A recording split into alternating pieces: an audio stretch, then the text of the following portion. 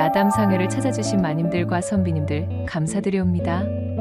야담상회, 오늘의 몰아보기 한상 차림 지금부터 내어놓겠습니다.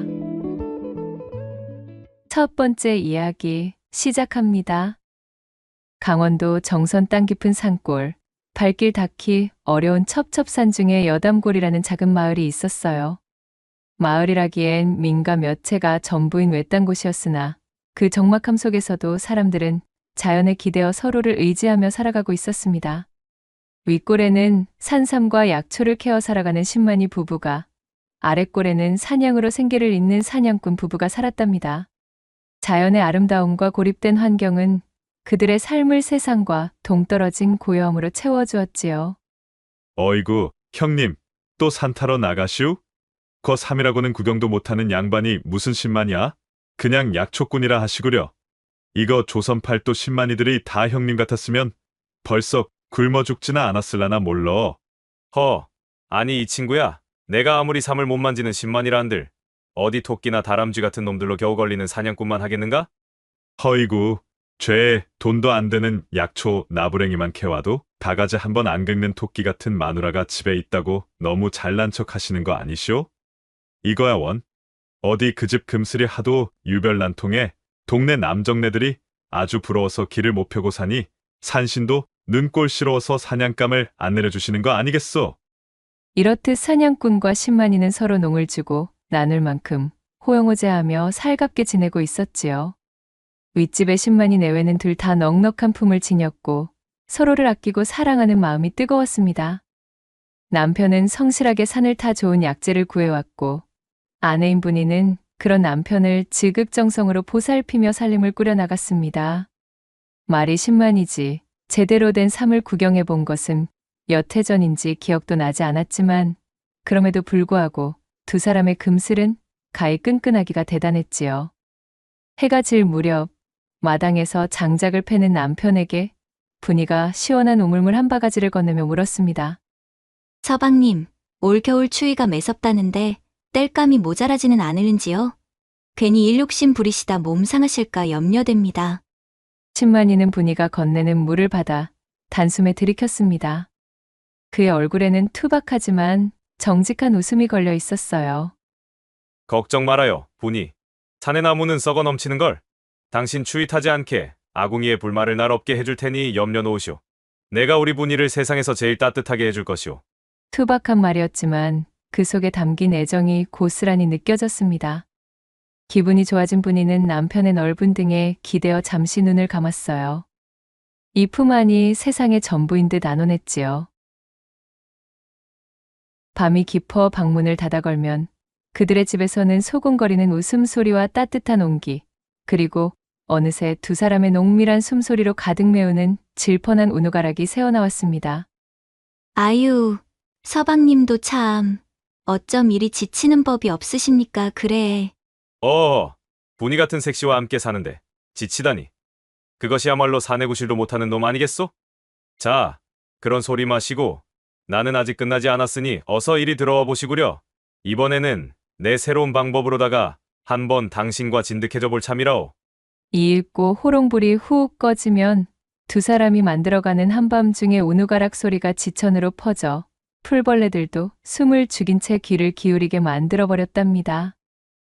반면 아랫집 사냥꾼 만식의 집에는 늘 차가운 기운이 감돌았습니다. 만식의 아내 점덕은 입만 열면 타박이여 바가지였어요. 만식이 힘들게 사냥해온 짐승으로 살아가는 살림에도 늘 불평이 끊이지 않았습니다. 에게, 오늘도 고작 노루한 마리요. 다른 사냥꾼들은 장에 나가 집신이라도 팔아오고 사냥철이 아니면 남의 집 머슴이라도 산다던데 당신은 어찌 그리 산에만 붙어 사는 게요. 이러다 올 겨울엔 굶어 죽기 딱이겠소. 저녁 상머리에서 점덕이 숟가락을 내려놓으며 쏘아붙였습니다. 만식은 말없이 짐승의 고기를 우악스럽게 씹어 넘겼지요. 점덕의 잔소리는 하루 이틀이 아니었지만 들을 때마다 속이 뒤틀리는 것은 어쩔 수 없었습니다. 산에서 사는 사냥꾼이 산에 있지. 그럼 어디에 있겠소? 굶어 죽을까봐 그러오. 그딴 것은 걱정일랑 마시오. 내 손에 활과 칼이 있는 한 탐욕이 덕지덕지 붙은 당신 입구멍에 풀칠만은 시켜줄 터이니 만식이 쏘아붙였지만 그 목소리에는 위력이라는 것이 없었습니다. 그 역시 이 지긋지긋한 삶이 버거웠지요. 점덕과 그는 애초에 정으로 맺어진 사이가 아니었습니다. 만식의 집안이 큰 빚을 지게 되었을 때 돈 많고 수단 좋은 점덕의 부모가 그 빚을 탕감해주게 되었지요. 그 대신 내다 치우듯이 집안의 장녀이자 노처녀로 밥을 축내고 있던 점덕을 만식과 혼인하도록 강요했던 것입니다. 만식은 어쩔 수 없이 점덕을 아내로 맞으면서도 단 한 번도 그녀에게서 여인의 온기를 느껴본 적이 없었고 점덕 역시 만식을 돈 벌어오는 수단 이상으로 생각하지 않는 듯 했어요. 그들의 집에는 사랑도 정도 아닌 차가운 공기만이 가득했습니다. 그런 만식의 마음 속에는 사실 오래전부터 다른 여인이 자리 잡고 있었습니다. 바로 윗집의 분이었어요. 처녀 시절의 분이는 만식에게 산골의 꽃처럼 아름다운 존재였답니다. 그는 분이를 남몰래 연모했지만 변변찮은 자신의 처지와 어쩐지 다가가기 어려운 분이의 고고함 앞에서 고백조차 해보지 못했습니다. 그리고 결국 운명의 장난처럼 원치 않는 여자 점덕과 묶여버렸지요.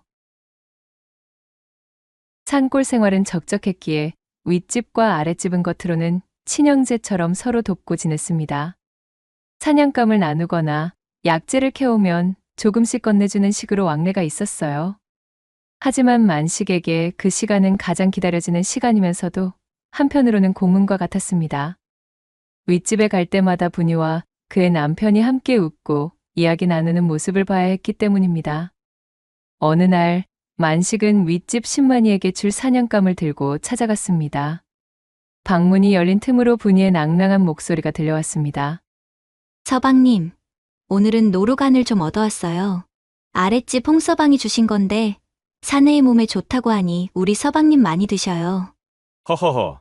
아니, 보시오 임자. 내 몸이 이 이상 좋아지면 야밤마다 우리 분이는 나를 어찌 감당하려 그러시오? 요사이 내가 조금 소홀했다고 이리 눈치 주는 것이오? 아유, 정말로 못 말리신다니까. 신만이의 굵직한 웃음소리와 분이의 교태 섞인 비음에 만식은 사냥감을 들고 있던 팔에 힘이 쭉 빠지고 말았습니다. 지아비를 향한 분이의 목소리는 늘 상냥했고 눈빛에는 사랑이 가득했지요. 그 모습을 볼 때마다 만식의 심장 속에서는 시커먼 질투심이 피어올랐습니다. 이런 육설, 원래 저 자리에 있어야 할 사람은 솔직하니 이야기해서 나 아니던가? 말이야 바른 말이지. 사실 내가 먼저 연모했던 분이거늘 어찌 저리 다른 사내와 행복하게 사는 것을 두 눈 뜨고 보고만 있어야 한단 말인가? 게다가 나는 이토록 혼인 생활에 염증만 느끼고 있는데. 만식은 분이와 행복하게 살고 있는 신만이가 원망스러웠고 그런 신만이를 사랑하는 분이가 야속했으며 자신과 한 집에서 사는 점덕에게는 분노가 치밀었답니다. 그러던 어느 날 밤, 만식은 사냥을 마치고 평소보다 늦게 집으로 돌아왔어요. 방문 앞에서 희미한 불빛이 새어나왔지만 인기척이 없었습니다. 문을 열려던 그는 안에서 들려오는 점덕의 목소리에 발걸음을 멈췄습니다. 그것은 만식에게 건네는 목소리가 아니었어요. 다시는 단 한 번도 들어본 적이 없던 너무도 부드럽고 애틋한 속삭임이었습니다. 그리고 이윽고 집안에서 웬 낯선 사내의 나직한 대답이 이어졌습니다. 아잉, 이거 봐, 석강이. 자넨 정말이지. 이런 산골짜기에서 남의 집 세경이나 받아먹고 살기엔 아까운 존재란 말이여. 이 우람한 것 좀 보라지. 이걸 그냥 놔두고 어찌 사신대? 어휴, 아지매의 그 시커먼 속은 정말 한양 그 누구를 가져다 붙여도 아니 될게요. 참으로 어쩜 그리 음탕하시오? 집안에서 들려오는 외도의 현장에 만식의 심장이 차갑게 식었습니다. 그는 조용히 문틈으로 안을 들여다보았지요. 점덕은 다른 고을에서 품팔이를 하고 있는 젊은 머슴과 함께 있었습니다. 게다가 두 사람은 만식의 이부자리 위에서 서로를 탐하고 있었지요. 만식은 숨을 멈췄습니다. 헌데 배신감보다 먼저 느껴진 것은 묘한 해방감과 번뜩이는 꾀였어요. 저 천하의 못된 것이 이제는 일말의 부부간 신이마저도 져버리는구나. 그래, 차라리 잘 되었다. 네가 그리 나와주는 덕에 나도 오히려 마음이 홀가분해져서 이젠 해치울 수 있게 되었어. 그의 눈빛이 광기로 번뜩였습니다. 우연히 맞이한 아내의 추악한 비밀은 오히려 만식에게 복수와 욕망을 동시에 실현할 수 있는 사악한 계책의 시발점이 되었어요. 아내 점덕과 다른 사내의 은밀한 만남을 확인한 그 밤, 만식의 머릿속에서는 차가운 계산이 시작되었습니다. 어느 날의 밤, 만식은 헐레벌떡 윗집 분이에게 찾아갔습니다. 그의 표정에는 걱정스러움과 당혹스러움이 가득했어요. 경수님 계시오? 문을 연 분이의 얼굴에도 이미 수심이 가득했습니다. 남편이 하루 종일 돌아오지 않아 걱정이 태산이었기 때문이었어요. 어머나, 어쩐 일이세요? 만식은 일부러 목소리를 낮추며 말했습니다. 아, 다름이 아니라 제 아내가 어제 밤부터 도통 보이질 않아서 말입니다. 어디 갔는지 혹시 아십니까? 동네 어디에도 없어서 이 밤중에 형수님께 여쭈러 왔습니다. 만식의 말에 분이의 얼굴은 더욱 창백해졌습니다. 글쎄요. 저희 집으로는 안 오셨는데 공교롭게도 저희 서방님도 어제 산에 가시고는 아직 소식이 없어요. 해가 져도 오시질 않으니 걱정이 태산입니다. 만식은 기다렸다는 듯이 놀란 표정을 지으며 말했습니다. 아니 형님도요? 두 분이 함께라. 이거 참 희한한 일이네. 어찌 된 것일까요? 만식은 의도적으로 두 분이 함께라는 말을 흘렸습니다. 분이는 그 말의 의미를 단번에 파악하지 못하고 되물었지요. 무슨 말씀이세요? 두 분이 함께라니. 만식은 잠시 머뭇거리는 척하다가 이내 말을 거두었습니다.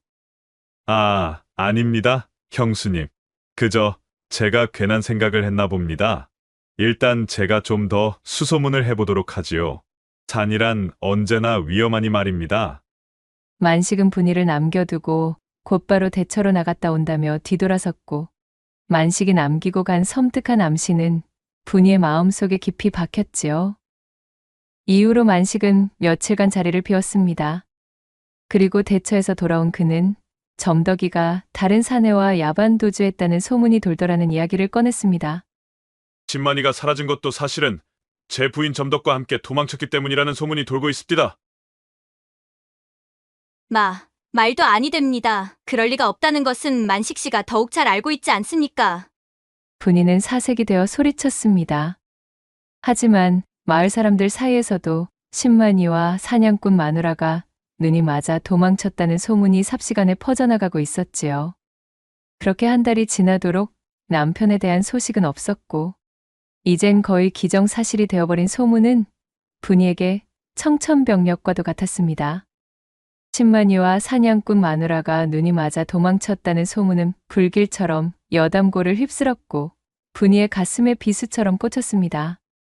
매일을 남편의 무사기환을 빌고 또 빌며 그녀는 못내 귀를 닫고 소문을 무시하려 했지만 그것도 오래가지 못했어요.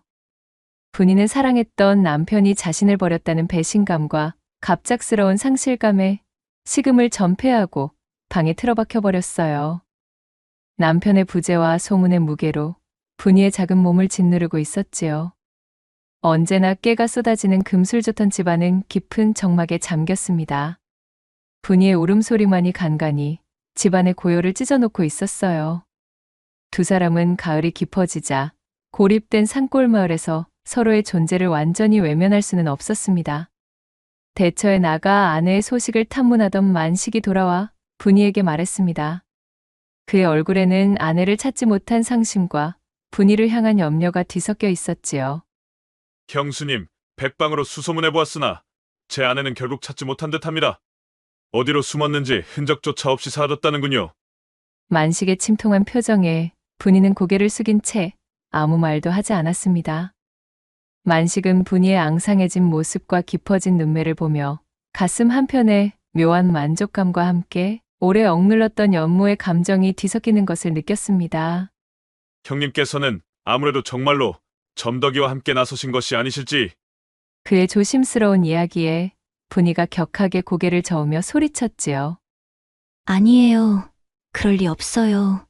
우리 서방님은 절대 그런 분이 아니세요. 그 소문은 새빨간 거짓말입니다. 분이의 목소리는 절박했습니다. 만식은 더 이상 묻지 않고 그저 묵묵히 분이의 곁에 앉아 있었지요. 그런 나날들이 하루가 가고 이틀이 가고 어느덧 속절없이 몇 달이 흘러가 버렸습니다. 그쯤 되니 만식은 서서히 분이의 생활 속으로 스며들어 있던 참이었지요. 땔감이 떨어진 것을 보고는 말없이 장작을 패서 쌓아주었고 굶고 있는 분이를 위해 사냥한 짐승의 고기로 국을 끓여 가져다 주기도 했습니다. 형수님, 한 술이라도 좀 들어보시오. 이러다 쓰러지십니다. 뭐라도 좀 드셔야지요. 그의 목소리는 부드러운 위로가 가득 담겨 있었지요. 분이는 처음에는 만식의 도움을 거부했지만 깊은 슬픔과 고독 속에서 차츰 그의 묵묵한 보살핌에 기대게 되었습니다. 추운 겨울이 여담고를 하얗게 뒤덮자 두 사람은 점점 더 서로에게 유일한 온기가 되었습니다. 눈이 펄펄 내리던 어느 밤, 만식은 술에 취한 채 분이의 집 문을 두드렸습니다. 형수님, 분이 형수님 계십니까? 문을 열어준 분이의 얼굴은 여전히 수척했지만 왠지 모르게 외로움이 가득했습니다. 만식은 비틀거리며 방 안으로 들어섰지요. 술 기운과 외로움, 그리고 분이를 향한 억눌린 욕망이 그를 재촉했습니다. 형수님, 제가 형수님 걱정에 도무지 잠을 이룰 수가 없습니다. 만식 씨, 어찌 이러셔요? 게다가 어쩜 이렇게 술을 많이 드셨어요.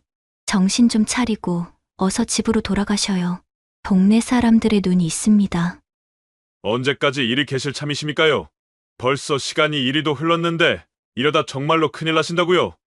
제 식구 버리고 바람나 도망친 사람을 언제까지 혼자 가슴에 담고 사실 작정이시오? 만식이 분이에게 다가가며 소리쳤고 분이 또한 깊은 그간의 상실감과 고독 속에서 마음이 흔들리고 있음을 눈치챘지요. 이제 그만 내려놓으시고 형수님 생각밖에 없는 나를 좀 봐주시오. 제발. 나에게는 정녕 아무런 마음조차 없는 거요. 든 자리는 몰라도 나간 자리는 티가 나는 법이라 했던가요? 그날따라 유난히 분이는 비어있는 자신의 옆자리가 뼈저리게 시려왔습니다. 목 놓아 절규하듯 뱉어내는 만식을 바라보며 분이는 그에게서 알 수 없는 이끌림을 느꼈지요. 어쩌면 남편을 향한 배신감에 대한 반항심이었을지도 혹은 단순히 따뜻한 체온에 대한 갈망이었을지도 몰랐어요. 그간 현실을 외면하며 버텨왔지만 서러움과 동시에 외로움이 밀려들어왔습니다. 결국 분이는 기다렸다는 듯 만식의 품에 안기고 말았지요. 이젠 나도 더 이상은 모르겠어요. 나를 두고 다른 여인, 그것도 한이웃으로 지내던 남의 집 아내와 눈이 맞아 나가버렸으니 속이 상해 어쩌면 좋단 말인가요? 형수님, 아니 분이 이제 그런 사내는 있고 눈앞에 나를 좀 봐달라는 말이여. 사실은 내가 분이를 먼저 좋아했다는 것을 왜 몰라주나? 당신이 혼인을 하기 훨씬 이전부터 나는 분이 너만을 좋아해왔단 말이여. 나는 분이 당신을 결단코 먼저 떠나는 법이 없을 것이니까. 그 밤 만식의 절절한 외침을 끝으로 눈 내리는 여담골에서 두 사람은 지난날의 비극과 상실감을 잊으려는 듯한데 뒤엉켰습니다. 쌓아둔 외로움과 욕망이 뒤섞인 뜨거운 밤이었어요. 분이는 자신의 뺨을 타고 흐르는 눈물을 주체하지 못한 채 그렇게 만식의 묵직한 품 안에서 탄식의 숨을 깊게 뱉어내었습니다. 날이 새도록 이어진 두 사람의 거칠고도 뜨거운 운우지정은 결국 두 사람이 서로에게서 새로운 삶의 도피처를 찾게 되는 물꼬와 같았답니다. 이후 자연스럽게 두 사람은 가시버시가 되어 새 살림을 차렸습니다. 만식은 분이를 여보라 부르고 분이 또한 그를 서방님이라 불렀습니다. 그들의 새로운 삶은 겉보기에는 행복하고 뜨거웠습니다. 만식은 분이를 향한 오랜 욕망을 채웠고 분이 역시 사랑하는 사람에게 버림받았다는 상실의 고통 속에서 예상치 못한 위안과 함께 외로움을 잊을 육체적인 즐거움을 얻었어요. 그들은 지난 비극을 애써 잊은 채 여담골의 봄을 함께 맞이하며 웃음꽃을 피우며 지냈습니다. 하지만 분이는 얼마 지나지 않아 자신에게 찾아온 이 두 번째 행복이 실은 끔찍한 진실 위에 세워진 모래성일 뿐이었다는 것을 알게 되었습니다.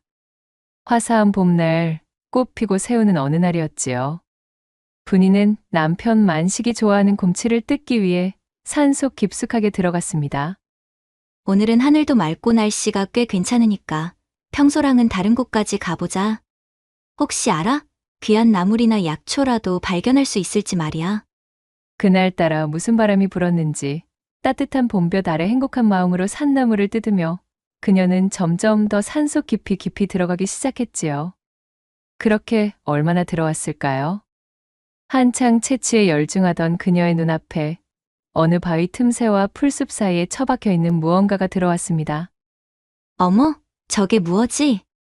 이상하게 여겨 가까이 다가갔던 분이는 그만 그곳에 놓여있는 시신을 발견하고는 경악하며 엉덩방아를 찧었지요. 너무 놀라 비명도 나오지 않고 덜덜 떨고 있으려는데 시신의 형체가 어째 낯설지가 않았습니다. 마른 침을 삼키고 용기를 내어 다가가 보니 세상에나 이럴 수가요. 부패해 가는 시신은 바로 점덕이와 눈이 맞아 야반도주했다던 자신의 남편 신만이었던 것이지요. 서방님. 세상에나. 참말로 서방님이란 말이에요? 분이는 믿을 수 없는 현실에 두려움을 억누르며 좀 더 자세히 시신을 살펴보았지요. 그리고 곧 시신의 안주머니에서 지난 생일 때 자신이 곱게 바느질하여 만들어준 손수건이 들어있음을 확인하고 말았습니다. 서방님, 참말로 서방님이 맞단 말입니까? 세상에, 도대체 무슨 일이 있었기에 이 외딴 곳에서 이리 계셨다는 말이어요. 분이의 입에서 신음 같은 목소리가 터져 나왔습니다. 충격에 휩싸인 그녀는 땅이 꺼져라 통곡하며 눈물을 쏟아냈습니다. 그러다 문득 시신에 굳게 움켜쥔 오른손에 시선이 갔지요. 서방님, 무엇을 쥐고 계시기에 이리도 힘껏 마치 한이라도 맺힌 듯이 손을 꽉 움켜쥐고 계신답니까? 눈물을 닦아낸 분이는 손을 털고 시신의 오른손가락을 천천히 펴보았습니다. 그러자 그 안에서 낡은 단추 하나가 툭 떨어지는 것이었어요. 어쩐지 상당히 익숙한 모양새의 단추였습니다. 그녀는 퍼뜩 어떤 생각에 미쳤고 시신의 주변을 잘 정돈하여 숨겨둔 뒤 단추를 들고 허겁지겁 집으로 돌아왔지요. 분이는 방문을 벌컥 열어젖히고 만식이 지난 가을 자주 입었던 낡은 조끼를 꺼내보았습니다. 조끼에는 단추가 몇 개 달려 있었는데 맙소사 그중 하나가 떨어져 있는 것이었어요. 설마, 아니겠지. 그녀는 벌벌 떨리는 손가락으로 조끼에 남은 단추와 남편 손에서 나온 단추를 가져다 대보았습니다. 그리고 결과는 역시나였지요. 단추는 완벽하게 일치했어요. 끔찍한 진실이 분이의 머릿속을 강타했습니다.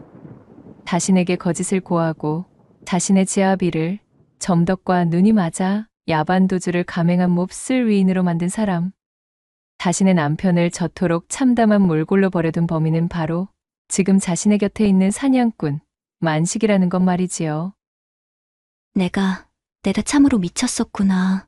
이런 일이 있는지도 모르고 내가 지아비를 죽인 원수와 함께 지낸 것도 모자라 밤마다 그와 살을 섞고 정까지 통했다니. 밀려드는 충격으로 분이는 혼절할 듯 방바닥에 실신했고 그렇게 오장육부를 다 쏟아낼 듯 절규하고 목 놓아 울음을 터뜨렸지요. 온몸의 수분이 다 쥐어짜질 만큼 울고 또 울었을 때 분이의 슬픔은 곧 차가운 분노와 복수심으로 서서히 뒤바뀌어 있었습니다.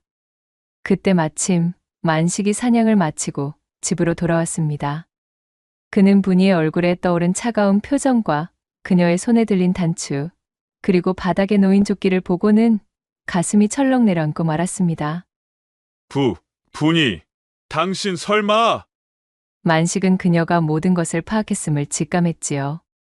더 이상 숨길 수 없음을 깨달은 만식은 그 자리에 무릎을 꿇었습니다. 곧이어 만식의 입에서 울음 섞인 고백이 터져 나왔답니다. 다 내 잘못이오. 분이가 상상하는 것이 맞소. 내가 그만 형님을 그리 만들고 말았다오. 내 당신을 너무나 연모하고 있었기에, 그랬기에 형님과 당신이 행복한 꼴을 두고 볼 수가 없어. 나도 모르게 이런 일을 벌이고 말았다는 것이오. 눈물 범벅이 된 만식은 오랜 기간 묻어둔 진실을 실토하기 시작했지요.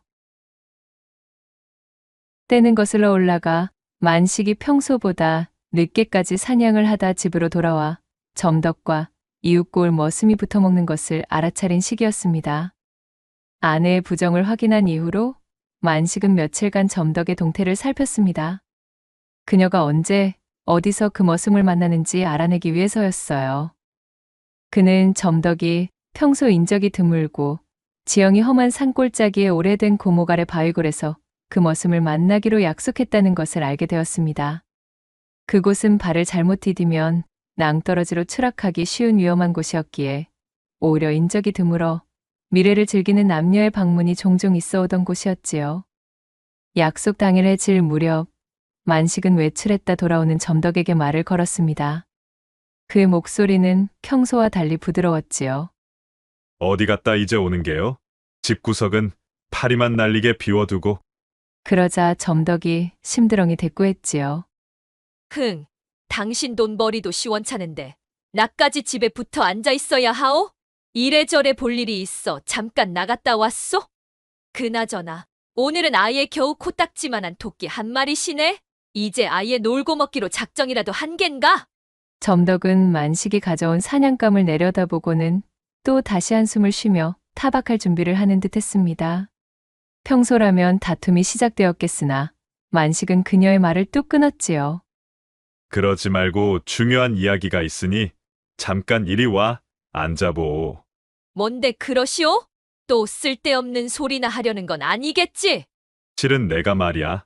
오늘 산에 갔다가 아주 귀한 것을 발견했지 뭐야. 신만이 형님도 평생에 한 번 볼까 말까한 어마어마한 양일세. 좋기 100년근은 넘어 보이는데 이게 한 뿌리도 아니고 자그마치 20뿌리인 거야. 이걸 그대로 캐서 돌아오던 중에 아무리 보아도 이 시간에는 신만이 형님과 무조건 마주치겠다 싶어서 아무도 모르는 곳으로 우회에 숨겨두었다는 거 아니겠어? 괜시레 동네방네 소문이라도 나면 아니 되니까 말이야. 행여나 신만이 형님이 사실 자기가 봐둔 거라고 우기기라도 하면 이거 상당히 골치가 아파진다 이 말씀이지. 진정 그것이 사실이오? 100년근, 그것도 20뿌리! 이거 거짓말하는 거 아니겠지? 점덕의 목소리가 상기되었습니다. 그럼 이런 걸로 거짓말을 하겠는가? 고목 아래 바위골 쪽 절벽 근처에 내가 면포로 잘 싸서 숨겨두었지. 오늘 밤이 지나고 나면 신만이 형님과 엇갈리지 않게 그리 가서는 자네랑 나랑 이웃고을 장터에다가 후딱 팔고 오면 되는 거야. 그러면 우리는 평생 만져보지 못할 액수의 돈을 벌게 되는 거라고. 만식은 점덕이 머슴과 미래하기로 한 장소를 정확히 지목했습니다. 혹여나 그녀가 양심의 가책이라도 느낀다면 여기서 멈출 생각이었지요. 하지만 만약 그녀가 이번에도 자신에 대한 신뢰를 지키지 않는다면 그는 점덕이 머슴을 만나러 가는 김에 자신의 미끼를 반드시 물 것이라 계산했습니다. 점덕은 잠시 갈등하는 듯 보였지요. 허나 만식은 평생 만져보지 못할 액수라는 말이 그녀의 귀를 솔깃하게 만들고 있다는 것을 잘 알고 있었습니다. 그리고 어둠으로 깊게 물든 그날 밤, 머슴과 만나기로 한 시각보다 한참이나 일찍 자리에서 일어난 점덕이 몰래 집 밖으로 빠져나가는 것을 실눈으로 확인한 만식은 조용히 그녀의 뒤를 따라갔습니다. 그리고 아니나 다를까 자신이 말한 곳에 바위 틈에서 숨겨진 면포를 찾느라 분주해지기 시작하는 그녀의 모습에 만식은 씁쓸한 뒷맛을 느꼈습니다. 그것을 찾아내 머슴과 야반도주를 하려 했든 그녀 자신이 혼자 꿀꺽하려 했든 어쨌든 그녀의 장밋빛 미래에 지압인 만식 자신은 포함되지 않았음은 자명해졌지요. 걔서 혼자 뭐 하는 거야? 있지도 않은 산삼뭉치들을 찾느라 그리 분주하신가? 에그머니나, 여보! 당신이 이 시간에 어떻게 여기에? 소스라치게 놀란 점덕의 목소리에는 놀라움과 경계심이 뒤섞여 있었어요. 만식은 아무 대꾸 없이 차가운 눈빛으로 점덕을 바라보았습니다. 그는 이제 일말의 가책조차 느끼고 있지 않았지요. 만식은 허둥지둥 변명을 늘어놓기 시작하는 그녀에게 다가가 순식간에 몸을 밀쳤습니다. 예상치 못한 남편의 행동과 험한 지형에 발을 헛디딘 점덕은 외마디 비명과 함께 그대로 낭떠러지 아래로 추락했습니다. 만식은 점덕의 마지막 순간을 확인하고는 차가운 얼굴로 돌아섰어요. 그녀의 죽음에 대한 책임은 머슴에게 덮어씌우면 될 일이었으니까요. 아내를 처리한 만식은 곧바로 윗집 신만이에게로 눈을 돌렸습니다. 분위를 완전히 차지하기 위해서는 신만이가 사라져야만 했습니다. 만식은 신만이가 산삼을 캐러 깊은 산속으로 들어간다는 것을 미리 알고 있었고 그 기회를 놓치지 않았습니다. 신만이가 홀로 산행에 나선 틈을 타 그 뒤를 밟았습니다. 깊고 깊은 산속에서 신만이를 마주친 만식은 망설임 없이 이를 실행했지요. 신만이는 미처 저항 한번 해보지 못하고 쓰러졌고 만식은 숨이 끊어진 것을 확인한 후 그의 주검을 아무도 찾지 못하도록 깊은 바위 틈새에 숨겨두었습니다. 분이가 그토록 사랑했던 남편의 주검은 그렇게 차갑고 축축한 바위 아래에 버려졌지요. 그렇게 일을 끝마친 만식은 자신의 집으로 돌아와 손을 깨끗하게 씻고서 분이를 찾아갈 준비를 했던 것이었습니다. 자신의 아내와 신만이가 동시에 사라진 것을 이용해 분이를 뒤흔들 작정으로 말이지요. 그렇게 만식의 모든 이야기가 끝이 나자 분이의 표정은 차갑게 식어 있었지요. 만식이 그녀의 낯빛을 살펴보며 전전긍긍하고 있을 때 갑자기 분이의 얼굴에 야릇한 미소가 떠올랐습니다.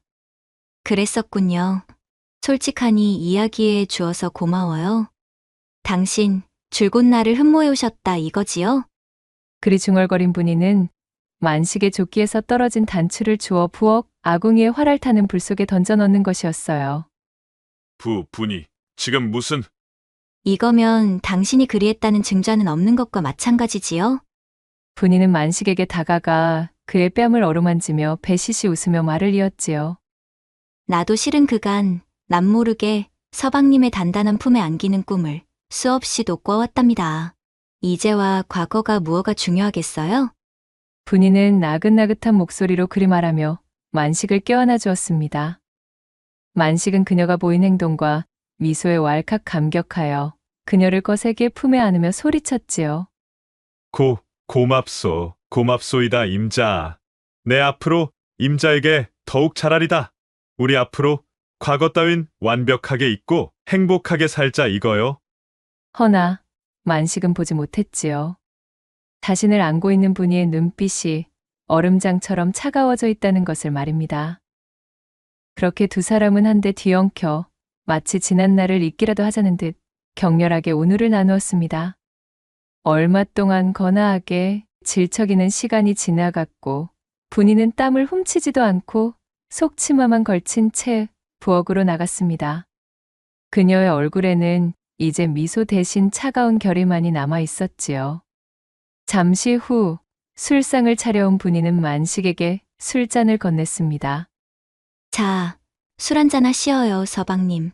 오늘 밤은 유난히도 깊으니까요. 사냥꾼 만식은 하초만 가린 상태로 분이가 따라주는 술잔을 단숨에 비웠습니다. 그런데 이것이 무슨 일인가요? 술을 마신 만식은 몸부림을 치다 각혈을 하기 시작했지요. 그는 떨리는 손을 뻗어 분이를 향한 허망한 시선을 보내다 결국 쓰러져 눈을 감고 말았습니다. 만식의 마지막 순간 그가 기억하고 있는 분이의 얼굴은 차가운 눈빛으로 싸늘하게 자신을 내려다보고 있는 모습이었지요. 다음 날 아침 분이는 산속으로 들어가 신만이 남편의 시신을 정성 들여 수습했습니다. 외롭게 부패하고 있었던 시신 앞에서 분이는 또 한 번 오열하고 말았지요. 참으로 미안하고 송구합니다, 서방님. 당신을 이리 찬바닥에 눕혀놓고 아무것도 모른 채 당신만 원망하며 살았다니. 그러고도 제가 어찌 감히 당신의 반려였다 할 수가 있으며 또한 당신을 그리워한다 말할 수가 있을까요? 이제라도 편히 눈을 감고 좋은 곳으로 가셔요. 그녀는 신만이의 시신을 정성껏 땅에 묻고 술을 따라 재를 올리며 추모를 마쳤지요. 남편에게 마지막 작별을 고한 그녀는 집으로 돌아와 만식의 시신도 수습했습니다.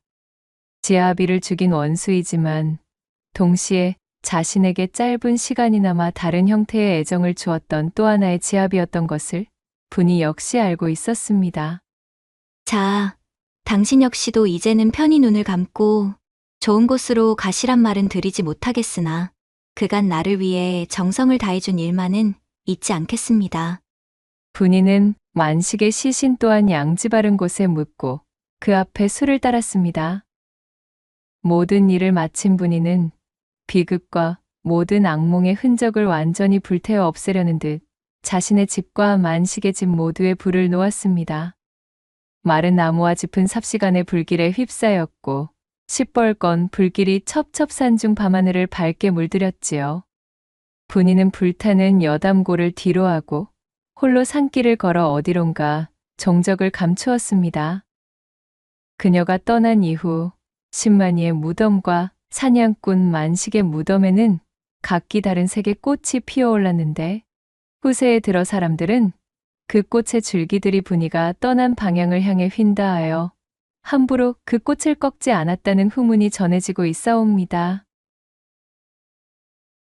두 번째 이야기 시작해 볼게요. 옛날 옛적 서산 너머로 니엇니엇 해가 기울어가는 초저녁 고향으로 돌아온 서대감의 기와집 마당에는 벌써부터 땅거미가 스멀스멀 내려앉고 있었습니다. 세월의 두께가 고스란히 내려앉은 고졸한 기와집은 한때 종이품 참판의 위세를 담았던 곳이라기엔 소박하기 그지없었으나 대감의 강직한 성품처럼 단정하고 군더더기 없는 모습이었지요. 처마 끝에 매달린 풍경만이 간간히 부는 저녁 바람에 몸을 맡겨 청명하게 맑은 소리를 낼 뿐 인적 드문 집안은 깊은 정적에 잠겨 있었답니다. 일찍이 조정에서 높은 벼슬을 지냈던 서대감이었지만 올곧은 성정 탓에 권력의 부침 속에서 스스로 벼슬을 내려놓고 속절없이 낙향한 지도 벌써 여러 해가 흘렀습니다. 화려했던 지난날의 영화는 이제 빛바랜 기억으로만 남았으며 지금 그에게 남은 것은 부인과 사별한 후 홀로 키워온 아들 하나와 적막한 고택뿐이었지요.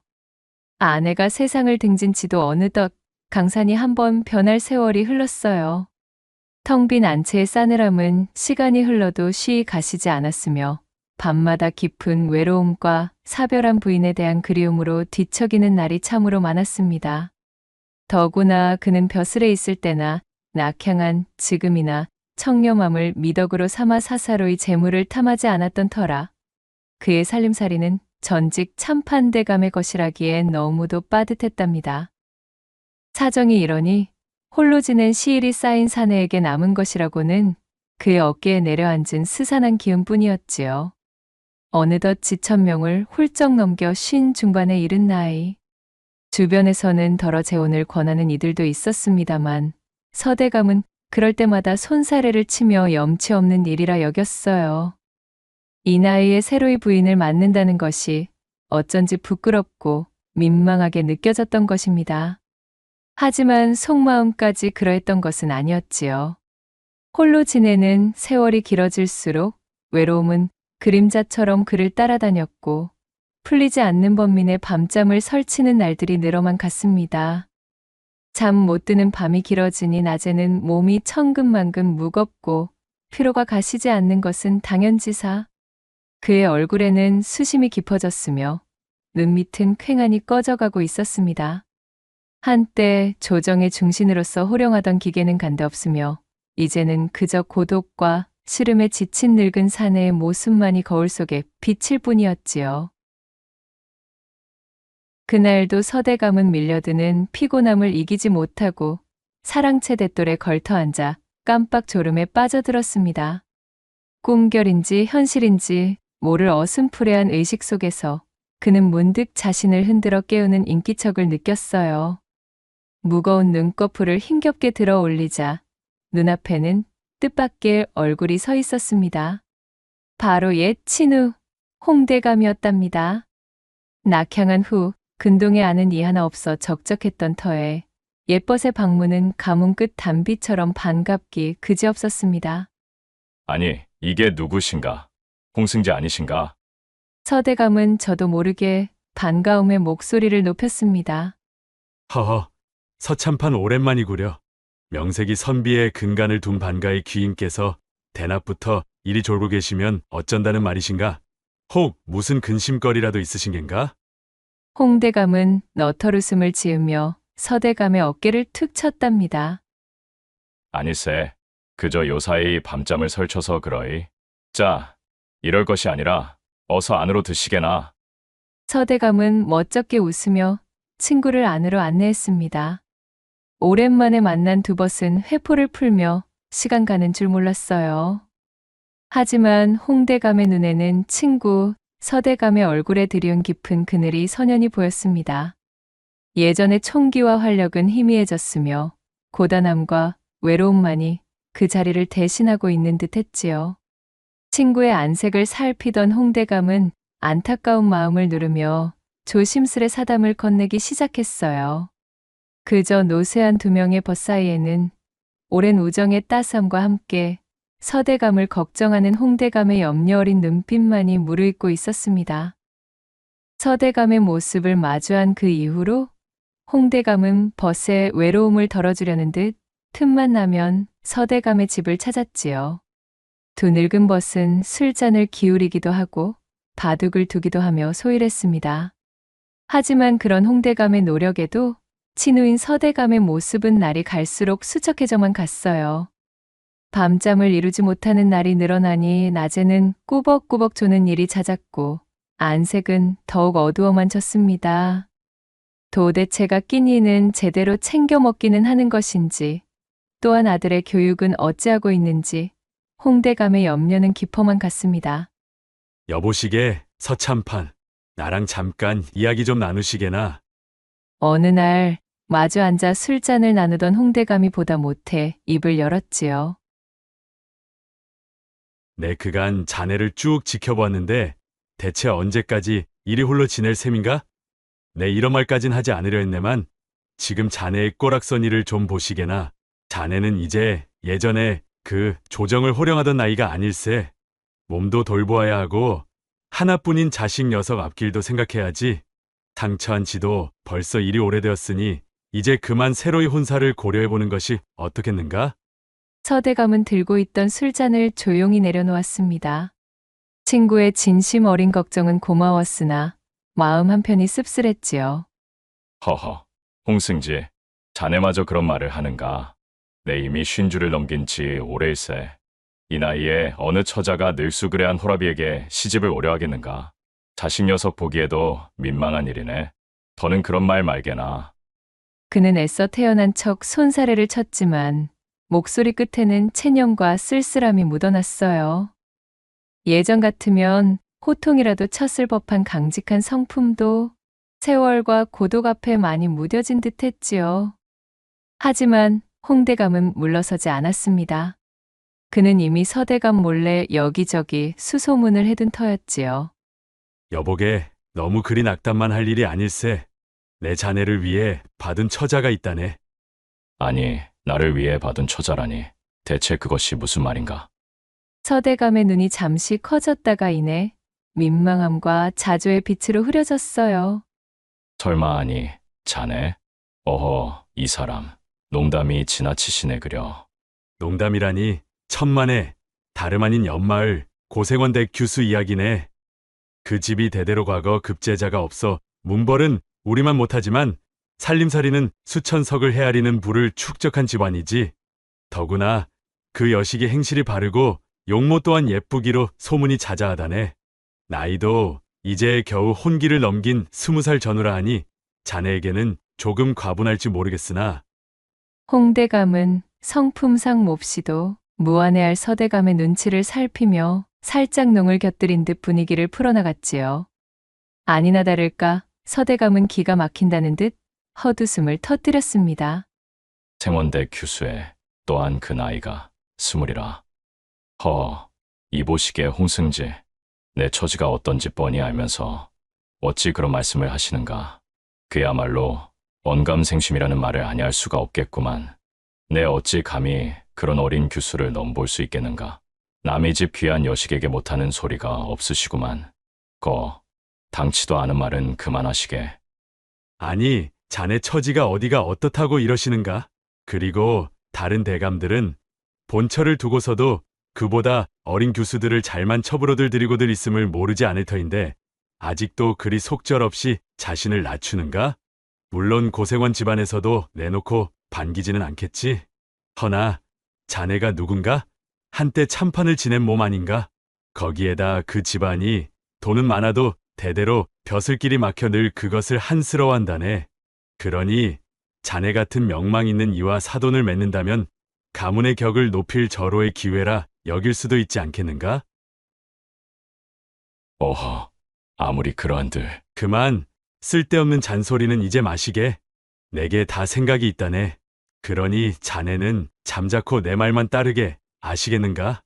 홍대감은 마치 제일인 양 팔을 걷어붙이며 서대감을 다독였습니다. 며칠 뒤 쇳불도 단김에 빼기로 소문난 성미의 홍대감은 정말로 일사천리로 판을 벌였습니다. 가을 정취가 무르익어 간다는 핑계로 근동의 선비들을 자신의 집으로 불러 모아 시회를 겸한 잔치를 성대하게 연 것이었지요. 풍악이 울리고 맛있는 음식과 술이 넘쳐나는 잔치에는 당연히 서대감과 고생원도 자리를 함께했습니다. 술자리가 무르익어 자중의 기분이 한껏 달아오른 저녁 무렵 홍대감은 슬며시 고생원 곁으로 다가가 술잔을 권하며 말문을 열었습니다. 그는 먼저 근동 양반가들의 시시콜콜한 이야기며 가문의 내력을 넌지시 늘어놓기 시작했어요. 그러면서 은근히 고생원 집안에는 대대로 문과 급제자 하나 나오지 못한 것을 꼬집으며 안타깝다는 듯 슬그머니 말을 흘렸지요. 고생원은 가뜩이나 그것이 평생의 한이었던 터라 얼굴이 불쾌해진 채 변명도 못하고 술잔만 연거푸 비웠답니다. 그 모습을 본 홍대감은 때는 이때다 싶어 목소리를 낮춰 고생원에게 속삭였어요.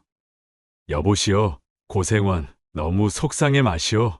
집안의 문벌이야 하루아침에 세울 수 있는 것이 아니지 않소.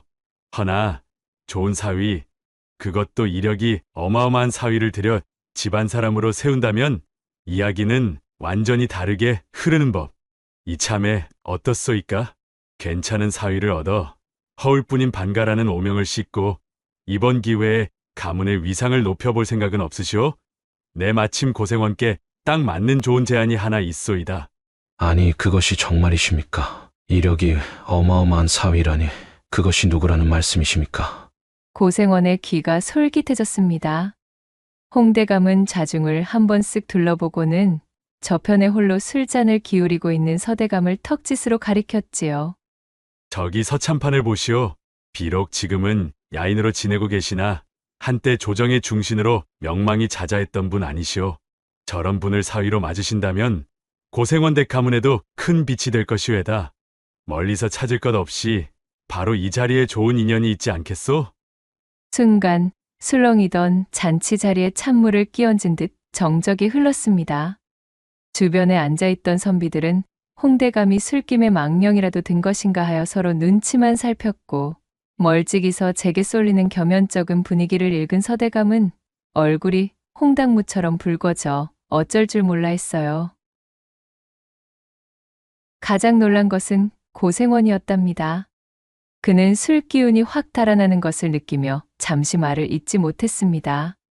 참판을 지낸 서대감과 사돈을 맺는다는 것은 가문의 영광임이 분명했으나 예전의 명성과는 어울리지 않게 초라해진 그의 많은 나이와 수척한 행색이 마음에 걸렸지요. 잠시 깊은 생각에 잠겼던 고생원은 이내 홍대감에게 말했습니다. 저 일단 혼인은 일륜지대 사라 하였으니 이 자리에서 저 혼자 결정할 사안은 아닌 듯 싶습니다. 우선은 저희 집사람과 상의부터 좀 해본 이후에 확답을 드릴 수가 있을 것 같습니다. 그렇게 그날 밤 집으로 돌아온 고생원은 부인에게 홍대감의 제안을 조심스레 털어놓았어요. 그러나 부인의 반응은 싸늘하다 못해 얼음장 같았답니다. 아니 여보, 지금 제정신이신 geb니까? 그놈의 문벌, 아주 그만 좀 하셔요. 그것이 어디 쌀밥이나 먹여주냐는 말입니다. 우리가 지금 사는 것에 부족함이 없고 누구나 우리의 가세를 부러워하고 있거늘 대관절 무엇이 아쉽다 하여 그 늙고 가난한 호라비에게 우리 귀하디 귀한 딸을 해치우듯 넙죽 던져주란 말씀이에요? 어허, 부인, 네, 물론 당연히 그런 마음을 이해는 하지만 부인도 알지 않습니까? 사람들이 우리 집안을 보고 문과급제자 하나 나오지 못한 집안에서 돈푼으로 떵떵대는 꼴이 참으로 비루하다며 두고두고 입방하여 올리고 있다는 것을 말입니다. 그 사람 그저 일개의 가난한 호라비로 치부할 사람은 아닙니다. 참판의 자리를 역임한 사람이란 말이죠. 아 글쎄, 참판이고 참판아랩이고 뭐가 됐든 간에 여식의 앞길을 팔아 문벌 사위를 집안에 들인다 하여 여지껏 부족함 없이 먹고 마시던 우리 인생의 꽃길이라도 펼쳐진다 합디까? 저는 이미 수십 리 밖에 사는 부잣집 도령들과 온담을 주고받는 중이란 말입니다. 허니 다시는 그런 얼토당토하는 소리 마셔요. 부인은 노발대발하며 고생원을 몰아세웠고 기세에 눌린 고생원은 결국 다음 날 홍대감에게 정중히 거절의 뜻을 전할 수밖에 없었습니다. 이미 먼 곳에 젊고 부유한 신랑을 사윗감으로 정했다는 소식도 곁들이며 말이지요. 홍대감은 낙담하여 서대감을 찾아갔습니다. 여보게, 이거 참으로 면목이 없네. 고생원 댁에서 이미 다른 혼처를 정했다는구먼. 서대감은 씁쓸하게 웃으며 말했어요. 내 그럴 줄 알았네. 그게 당연한 반응이지를 않겠는가. 애당초 분수에 맞지 않는 욕심이었지. 괜히 자네만 애쓰게 만들었구먼. 괜찮네. 이제 그만 잊으시게. 그는 담담하게 말했지만 한편으로는 마음속 저편에서 한가닥 품었던 기대가 실망으로 바뀌는 것을 느꼈지요. 역시 자신 같은 늙은 호라비에게는 봄날 같은 인연은 허락되지 않는 모양이라며 그는 속으로 되뇌이고는 자조 섞인 미소를 흘렸습니다. 그렇게 서대감은 고생원 댁과의 혼담이 무산된 것을 애써 담담히 받아들이며 다시금 적막한 일상으로 돌아갔습니다. 세월은 무심히 흘러 어느덧 한 달이라는 시간이 훌쩍 지났지요. 한편 고생원 댁에서는 마침내 여식의 혼례날이 밝았어요. 그야말로 마을이 떠들썩한 잔치 분위기였습니다. 곱게 단장한 신부는 수줍은 얼굴로 신랑이 오기만을 기다리고 있었고 고생원 내외는 딸의 앞날을 축복하며 분주히 손님들을 맞이하고 있었습니다. 하지만 이것이 어찌된 일인지 약조된 시간이 훌쩍 지나도록 먼 길을 온다던 신랑은 감감무소식이었어요. 처음에는 길이 멀어 늦는가 보다 여겼던 사람들의 얼굴에도 점차 초조함과 불안감이 서리기 시작했습니다. 해는 중천을 넘어 서서히 기울어 가는데 진작에 도착했어야 하는 신랑의 행렬은 코빼기도 보이지 않았지요. 고생원 내외의 속은 새까맣게 타들어갔습니다. 고생원의 머릿속에서 온갖 불길한 예감이 스치고 있었어요. 설마 오는 길에 무슨 변고라도 생긴 것은 아닐까? 정말로 만약에 그런 불상사가 일어났다면 이대로 딸아이가 혼례도 치우지 못하고 파혼이라도 당하면 어찌하나. 이미 초래천까지 성대하게 차려놓은 마당에 이 일을 어찌 수습해야 할지 눈앞이 캄캄했습니다. 웅성거리던 하객들 사이로 술렁임이 파도처럼 번져나가던 바로 그때였어요. 멀리서 흙먼지를 일으키며 몇몇 인형이 황급히 달려오는 것이 보였답니다. 바로 신랑 측에서 보낸 청지기와 하인들이었지요. 그러나 그들의 낯빛은 잔치에 참여하려던 사람들의 모습과는 걸맞지 않게 몹시 초췌하고 다급해 보였습니다. 청지기는 헐떡이는 숨을 겨우 고르며 고생원 앞에 엎드려 비통한 소식을 전했답니다. 고생원의 불길한 예감은 그대로 현실이 되었어요. 어르신, 큰일 났습니다. 신랑 되실 도련님께서 오시는 길에 그만 낙마하시어. 목숨을 잃고 마셨지 뭐겠습니까요. 순간 잔치마당에는 싸늘한 침묵이 감돌았습니다. 고생원은 하늘이 무너지는 듯한 충격에 휘청거렸고 안채에서 소식을 전해 들은 고생원의 부인은 그 자리에 풀썩 주저앉아 실신할 듯 통곡하기 시작했어요. 혼례 날 신랑이 죽다니 이 무슨 마른 하늘의 날벼락 같은 일이란 말인가요? 새 신랑의 처지도 딱하게 되었지만 사실 고생원의 걱정은 그것이 아니었습니다.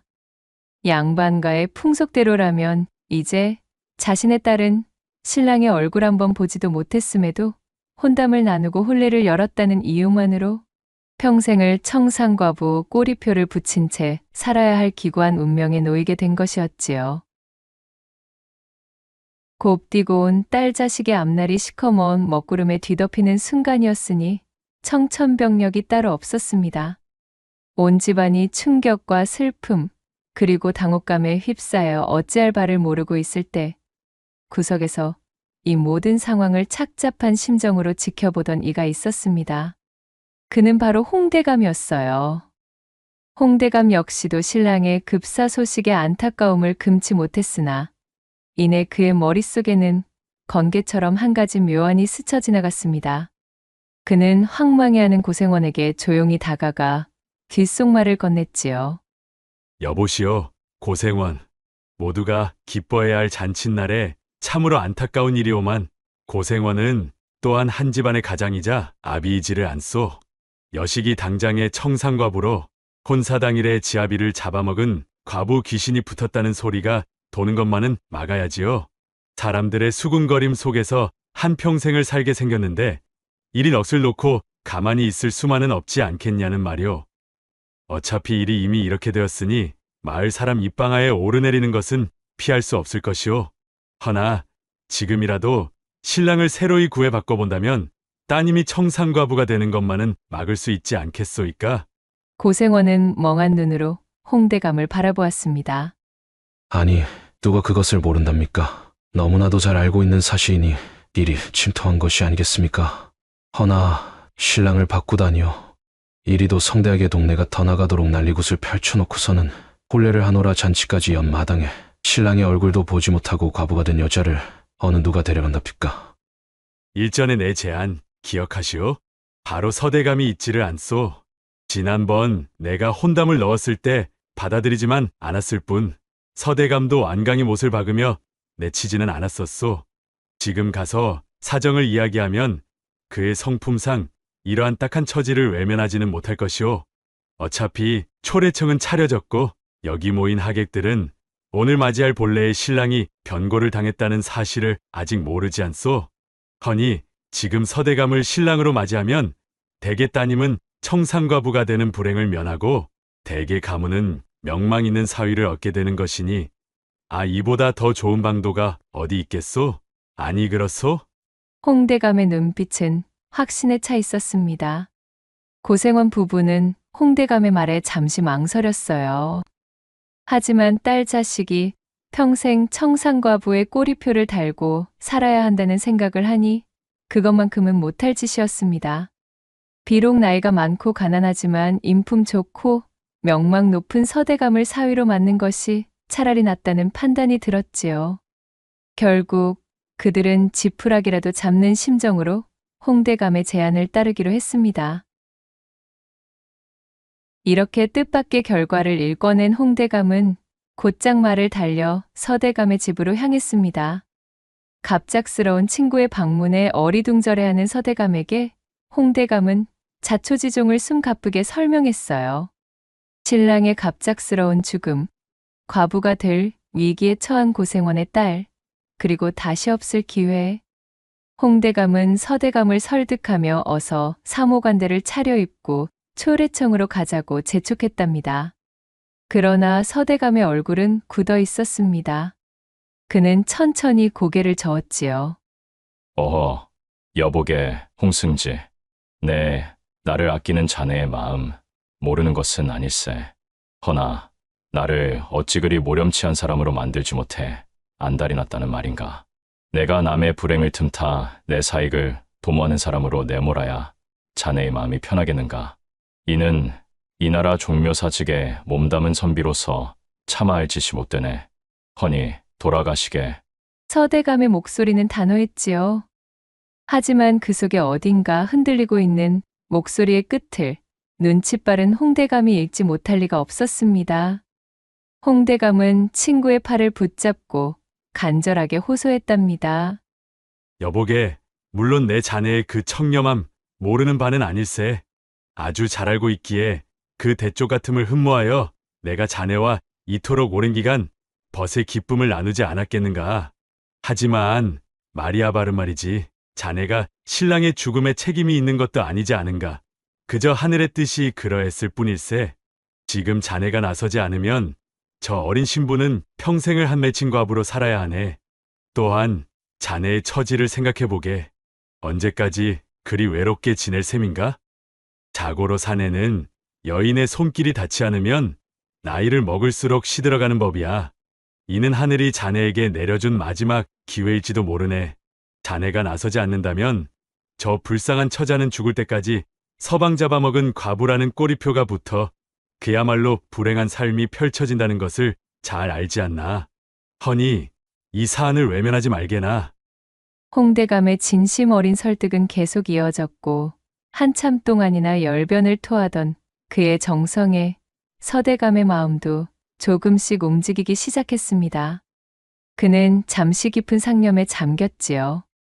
과연 이것을 덥석 받아들여도 옳은 일인가를 헤아리는 듯 했지만 다른 한편으로는 20살 남짓 처자의 기구한 운명을 외면할 수도 없었어요.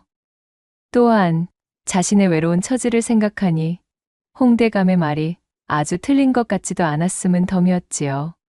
오랜 침묵 끝에 서대감은 마침내 무겁게 입을 열었습니다. 그래, 알겠네. 자네의 뜻을 따르겠네. 그는 떨리는 손으로 사모관대를 찾아 입었습니다. 어색하기 짝이 없는 혼례복이었지만 그는 애써 마음을 다잡고 홍대감과 함께 고생원 댁으로 향했답니다. 자신의 운명이 이토록 희한하게 그리고 또 극적으로 뒤바뀔 줄은 몰랐던 서대감은 참으로 무안하면서도 씁쓸한 미소를 지으며 말등에 올랐습니다.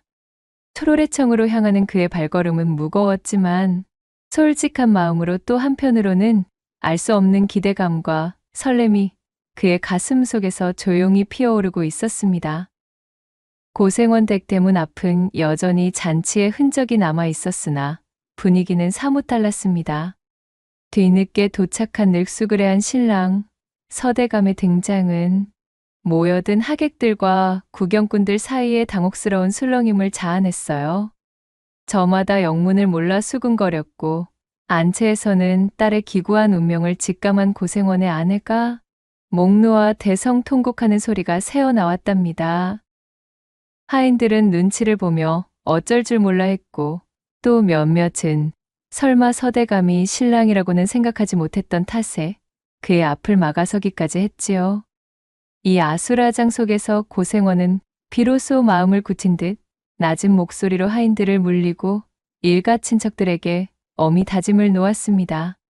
그제야 좌중의 소라는 순식간에 잦아들었으며 어색하고 침통한 분위기 속에서 혼례는 그럭저럭 마무리되었어요. 혼례를 마치고 신방에 들었으나 여느 첫날 밤의 설렘과 흥겨움은 찾아볼 수 없었답니다.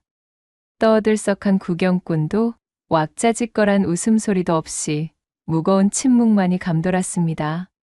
병풍 뒤에 곱게 앉아있는 어린 신부의 어깨는 가늘게 떨리고 있었고 서대감 역시 차마 먼저 말을 건네기가 어려웠지요. 한참 만에야 그는 무거운 입을 열었습니다. 여보시오, 부인. 상황이 이리 되어 참으로 면목이 없소이다. 일이 황망한 상황에서 부인을 맡게 되었으니 나 역시 적잖이 무안하기가 이루 말할 수가 없구려. 그래, 부인의 이름은 무엇이오? 하도 정신이 없었던 통에 내 아내들 사람의 이름조차 전해 듣지 못하지를 않았겠습니까? 소첩, 고가의 설류라 하옵니다. 설유라, 참으로 좋은 이름이오. 아무튼 부인, 다시 한번 부인에게 닥친 기구함에 진심을 다해 위로의 말을 전하겠소. 더구나 내 이미 나이가 많고 첫 혼인도 아닌 재혼인데 부인과 같이 어여쁜 이를 아내로 맞이하게 되었으니 내 복이 과분한 듯하오. 할 말은 아니지만 참으로 미안하고도 또한 고맙소이다.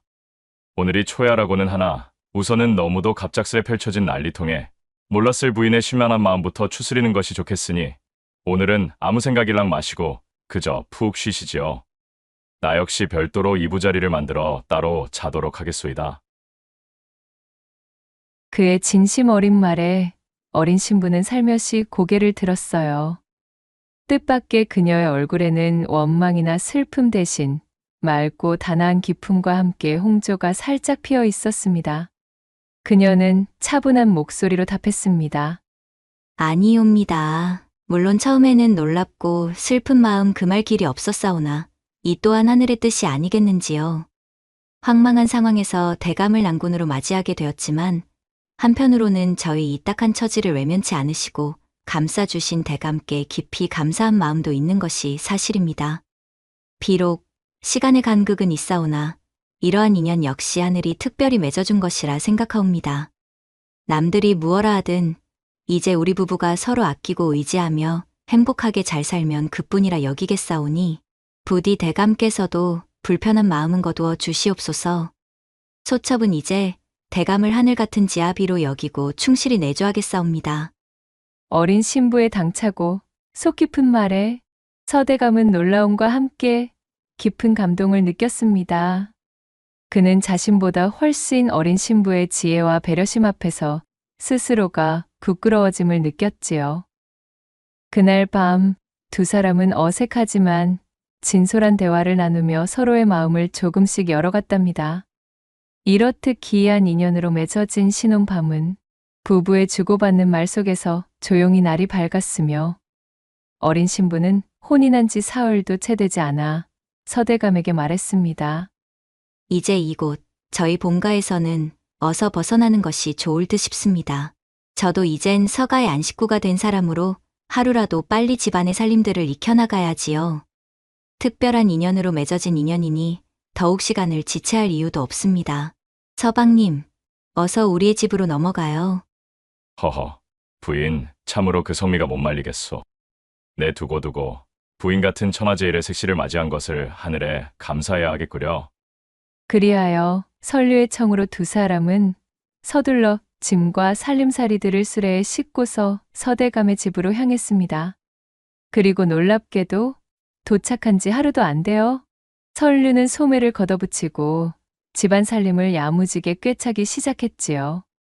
제 나이보다도 훌쩍 많은 전처소생인 서대감의 아들을 마치 제 속으로 낳은 자식처럼 살뜰히 보필했고 넉넉지 못한 살림에도 불평 한마디 없이 알뜰하게 집안을 꾸려나갔답니다.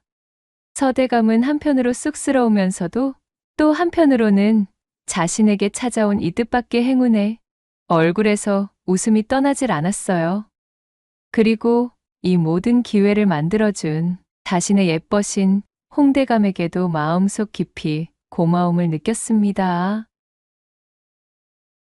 주변 사람들은 서대감 부부의 많은 나이 차이를 두고 처음에는 수근거리며 험담을 늘어놓기도 했지요. 허나 시간이 점점 흘러 그들이 여전히 서로를 아끼며 행복하게 지내고 또한 가문이 나날이 번창하는 모습을 지켜보며 그 생각을 바꾸었어요. 혹자는 여전히 그들의 결합이 자연스럽지 못하다고 여기기도 하였지만 또 다른 많은 이들은 온갖 역경과 우연 속에서 맺어진 그들의 인연이야말로 하늘이 맺어준 진정한 천생연분이라며 칭찬하기에 이르렀습니다. 남들이 뭐라 하든 다른 이들의 시선이 어떻든 당사자들인 두 사람끼리 부부로서의 소임을 다하고 인의의 질을 바탕으로 바르게 살면 그것으로 되었지 않느냐며 말이지요. 세월이 흘러 어린 부인은 이듬해 처자들을 낳았습니다. 그리고 몇 년 터울로 아들과 딸을 더 낳아 스라에 많은 자식을 두게 되었지요. 그녀의 현명한 내조와 서대감의 올곧은 가르침 속에서 자란 자식들은 말할 것도 없이 모두 뛰어난 인재로 자라났습니다. 훗날 두 아들은 모두 과거에 급제하여 높은 벼슬에 올랐고 또한 막내딸 역시 좋은 집안으로 시집을 가 그 집안의 현모의 앙처가 되어 가문을 부흥하는 데에 지대한 공을 세워 그야말로 안주인으로서의 위상을 드높였지요. 서대감의 가문은 크게 번창하였고 그 후손들 또한 대대로 복록을 누렸답니다. 후세에 전해지기를 서대감과 아들 그리고 그 손자까지도 무려 3대가 정의품 이상의 문관을 역임한 가문에 주어지는 영예인 기로소에 드는 큰 명예를 얻게 되었습니다. 기로소는 조선시대에 관직에서 물러난 문신들을 예우하기 위해 설치한 관청으로 국가 원로 예우를 위한 명예 기구였지요. 이는 서대감이 홀로 외롭게 지낼 때는 감히 상상조차 할 수 없었던 가문의 경사였습니다. 서대감은 이 모든 행운과 행복이 곤경에 처한 자신을 외면하지 않았던 친구 홍대감의 도움과 어린 나이에도 지혜롭게 가정을 일으킨 젊은 부인 설류의 덕분이라 여기며 평생을 감사하는 마음으로 살았습니다. 그는 홍대감과 오래도록 깊은 우정을 나누었으며 그 인연은 후손들에게까지 이어졌다고 전해집니다. 또한 어린 나이에 겪은 기구한 운명에 좌절하지 않고 오히려 자신의 삶을 당당하고 지혜롭게 가꾸어 나간 설류의 현숙함에 감복하여 매일매일 그녀를 향한 깊은 찬사를 보냈습니다. 이후로도 서대감은 자신의 아내를 세상에서 가장 아끼고 귀히 보살피며 오랫동안 행복하게 지냈다는 후문이 전해지고 있사옵니다. 마지막 세 번째 이야기 시작합니다. 조선 팔도 중 가장 폐쇄적이라 이름 높았던 고을 음적골. 그곳에서 가장 막강한 부를 자랑하던 오참봉은 사람들에게 마치 전설처럼 입에서 입으로 전해지는 희한한 사내였습니다. 그는 형언할 수 없을 정도의 대단한 부자였지만 한편으로는 그가 무엇을 하고 또한 어떠한 일을 하여 부를 쌓았는지는 사람들에게 전혀 알려진 바가 없었지요. 고을에서 가장 장수한 자에게 물어도 돌아오는 대답은 한결같이 알 수 없다였습니다. 이러한 사정으로 고을 사람들에게 오참봉은 참으로 미지의 인물과도 같았답니다. 그러나 그러한 괴이함도 그가 가진 압도적인 재력 앞에서는 그저 한낱 풍문거리가 될 뿐이었어요. 오참봉의 집안에는 금은보화 그리고 세상 모든 진귀한 물건들이 차고 넘쳐 마치 용왕의 보물 창고를 그대로 옮겨놓은 듯 으리으리했지요.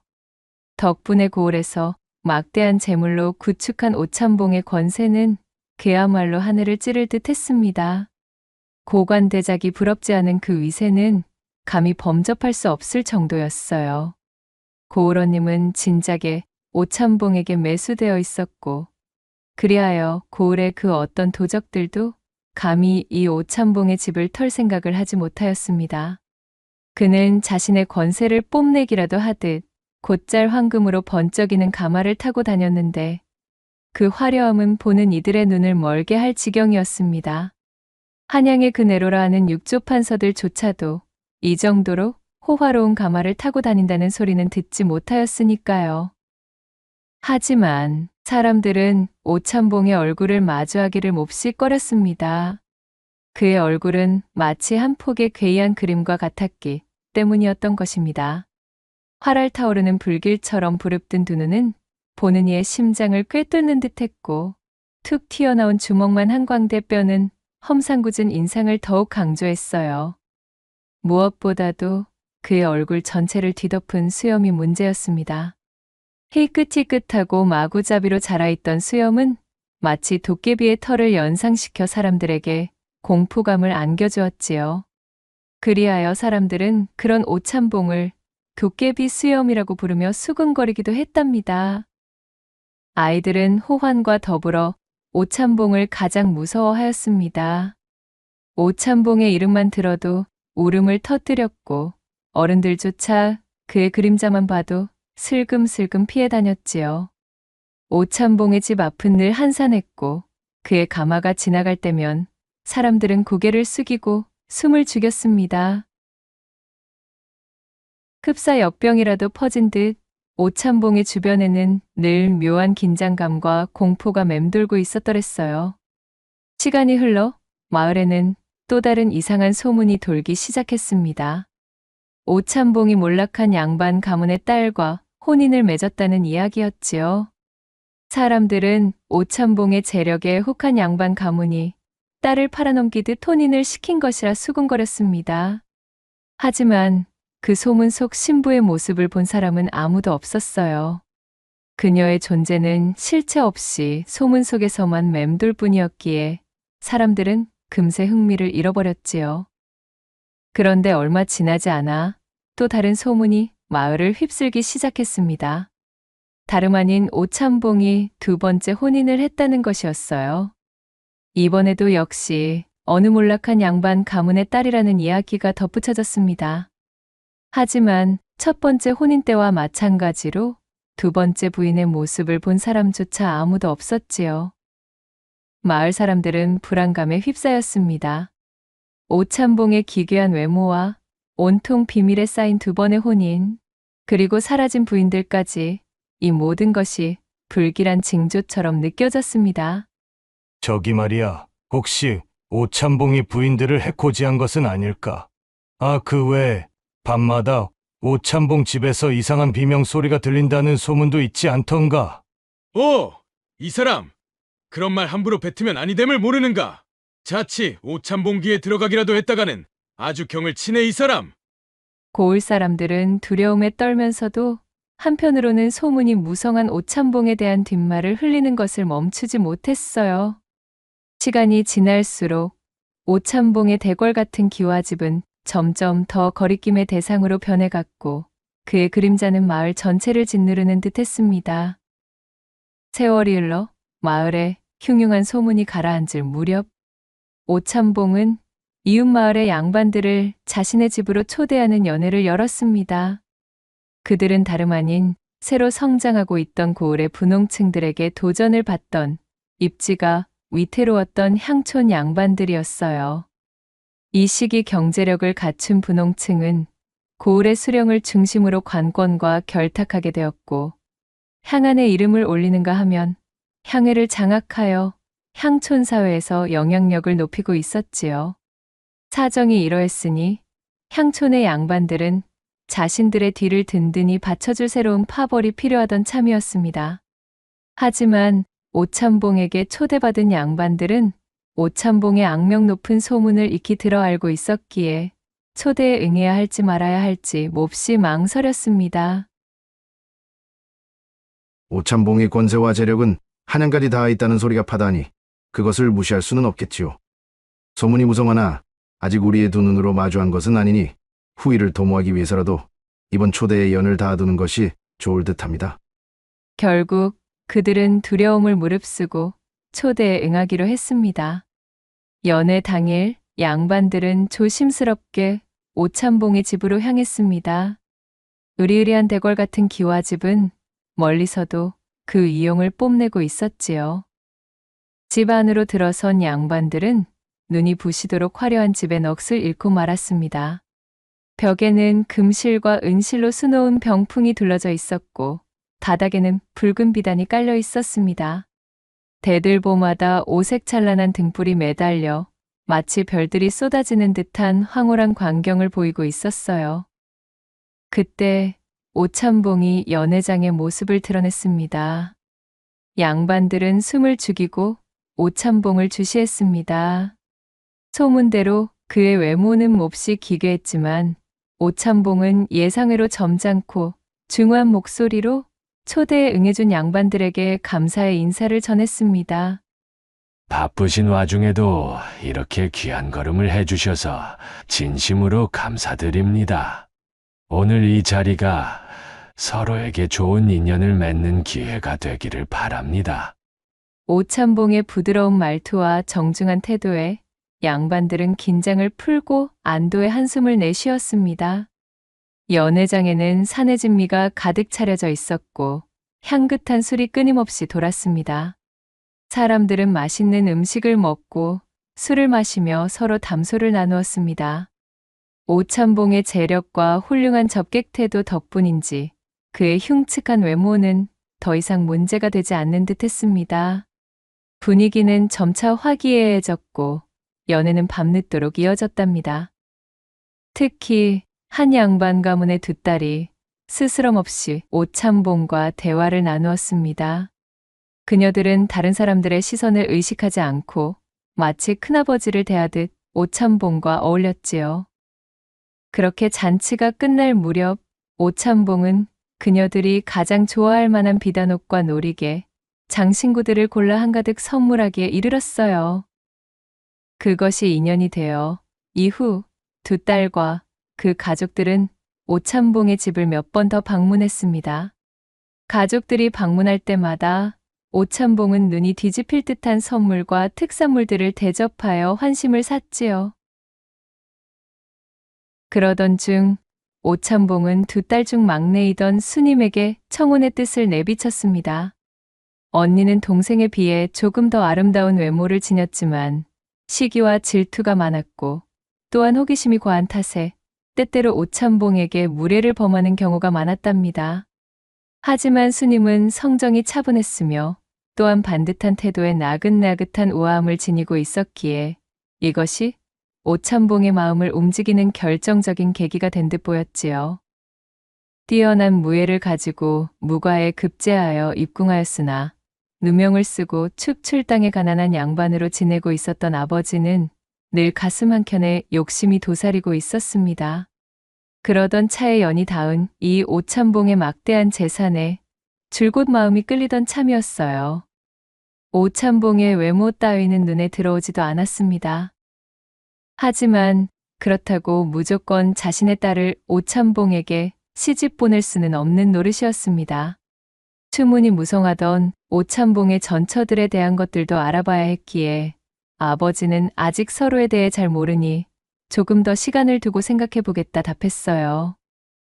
그러자 오찬봉은 따님이나 가족분들 누구든 상관없습니다. 저 역시 저를 둘러싼 수많은 괴소문들을 익히 알고 있기에 결정이 어렵다는 것을 잘 알고 있습니다. 허니 제 집에서 한 달간 저와 함께 지내보시는 것이 어떻겠습니까? 그러면 자연히 뜬 소문이라는 것을 알게 되실 겁니다. 라는 제안을 하는 것이었습니다. 고민하던 아버지는 흡족해하며 오찬봉의 제안을 받아들이게 되었어요. 그동안 오찬봉이 보여준 번듯한 모습 때문인지 온 가족이 함께 오찬봉의 집에서 한 달간 살기로 결정했습니다. 그렇게 오찬봉과 함께 지내면서 그의 전처들이 모두 병으로 죽었다는 사실도 알게 되었지요. 그리고 오찬봉의 자상한 태도와 인간미 넘치는 모습에 처음에는 걱정을 하던 수님 역시 점점 그에게 호감을 느끼게 되었습니다. 처음에는 그저 어린 처자를 후첩으로 두려는 심산이신가 싶어 걱정을 하던 참이었습니다. 헌데 지금은 어떻소? 그것이 저희 편협한 착각이었음을 알게 되었지요. 하하, 그러하오. 그리 잘 보아주시니 이거 몸둘 바를 모르겠소이다. 그렇게 두 사람의 분위기가 무르익었고 어느덧 약속한 한 달이 끝나던 마지막 날 밤, 결국 오찬봉은 스님에게 정식으로 청혼을 하였습니다. 아직도 두렵고 모든 것이 걱정된다면 청혼은 없던 일로 하여도 좋소이다. 아니에요. 날이 물론 저도 좋사옵니다. 수님은 망설임 없이 오찬봉의 청혼을 승낙했지요. 안 그래도 기울어가던 가세에 조금이라도 도움이 되고 싶던 차에 자신의 아버지도 은근 오찬봉과의 혼사를 진행했으면 하는 눈치를 주고 있었고 또한 막대한 재력을 가진 오찬봉과 혼인하게 되면 줄곧 아버지를 힘들게 했던 제 언니의 그 허영심을 채워줄 수도 있었기에 자신이 희생하기로 마음먹은 것이었어요. 자신을 제치고 부잣집의 마나님이 된 동생을 질투한 언니만이 잔뜩 볼을 부풀리며 성을 낼 뿐 모두가 이혼사를 축하하는 분위기였습니다. 그렇게 오찬봉과 수님은 성대한 혼례를 올리게 되었습니다. 혼례식이 성대하게 치러지고 며칠 동안 잔치가 이어졌어요. 하지만 흥겨운 분위기는 오래가지 못했습니다. 혼례식이 끝나자마자 오찬봉은 언제 그랬냐는 듯 마치 다른 사람처럼 변해버렸으니까요. 이전에는 사람들을 초대하고 잔치를 베풀기를 좋아하더니 이제는 문을 굳게 걸어 잠그고 외부와의 교류를 완전히 끊어버렸습니다. 심지어 수님의 가족들과도 왕래하지 못하게 막는 것이었어요. 연회장을 가득 메웠던 하인들은 혼례 이후 스님이 집안 사람이 되고 나서부터는 코빼기조차 보이지 않았습니다. 그들은 처음부터 존재하지 않았던 것처럼 드넓은 집 어디에서도 그 흔적을 찾을 수가 없었지요. 게다가 가장 이상했던 것은 바로 오참봉과 합궁을 할 때였습니다. 그는 나이가 무색할 만큼 엄청난 힘을 자랑했지요. 거의 장난감을 가지고 노는 기세로 스님을 이리 맺히고 저리 돌리며 떡 주무르듯 다루었습니다. 거기다 한참을 그렇게 제 입맛을 돋은 후 본격적인 거사에 돌입할 때면 항시 스님을 금침 위에 엎드리게 하여 둔부를 하늘로 높이 쳐들게 만든 후 남새스런 짐승들의 짝짓기처럼 참으로 요망하고도 괴팍한 노노만을 고집하는 것이었습니다. 그는 우악스럽게 스님의 뒤통수를 잡은 채 결코 고개를 돌려 자신을 올려다보지 못하게 하였어요. 그리고는 제 흥에 겨워 일을 끝내는 그 순간까지 자신을 받아내는 스님의 기분이나 몸의 상태 따위는 아랑곳도 하지 않았지요. 이러한 다소 험상궂은 방식이 전혀 익숙하지 않았던 스님은 겁간을 당하는 듯한 기분을 떨칠 수가 없었기에 초기에는 잔뜩 겁을 집어먹고 말았습니다.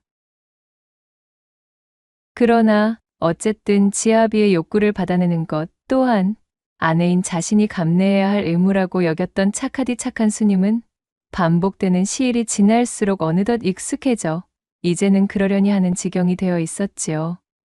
혼인 이후로 변해버린 오참봉의 갑작스러운 모습이 의아하기도 하였지만 한편으로 스님은 남편을 굳게 믿고 있었습니다.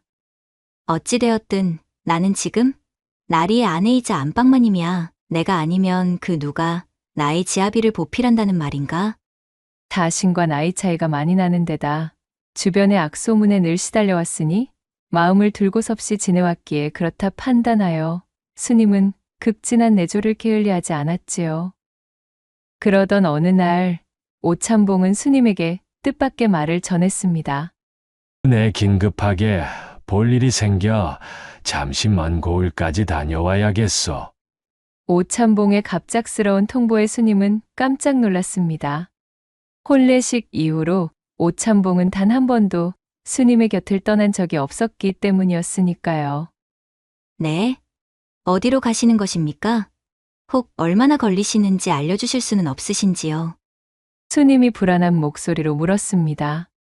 그건 알 필요 없어. 허나 그리 오래 걸리지는 않을 것이니 걱정하지 마시오. 이리 부인을 혼자 두고 가는 것이 마음에 걸리지만 내가 없는 동안 가족이나 친구들을 불러 함께 지내는 것도 나쁘지는 않을 것 같구려.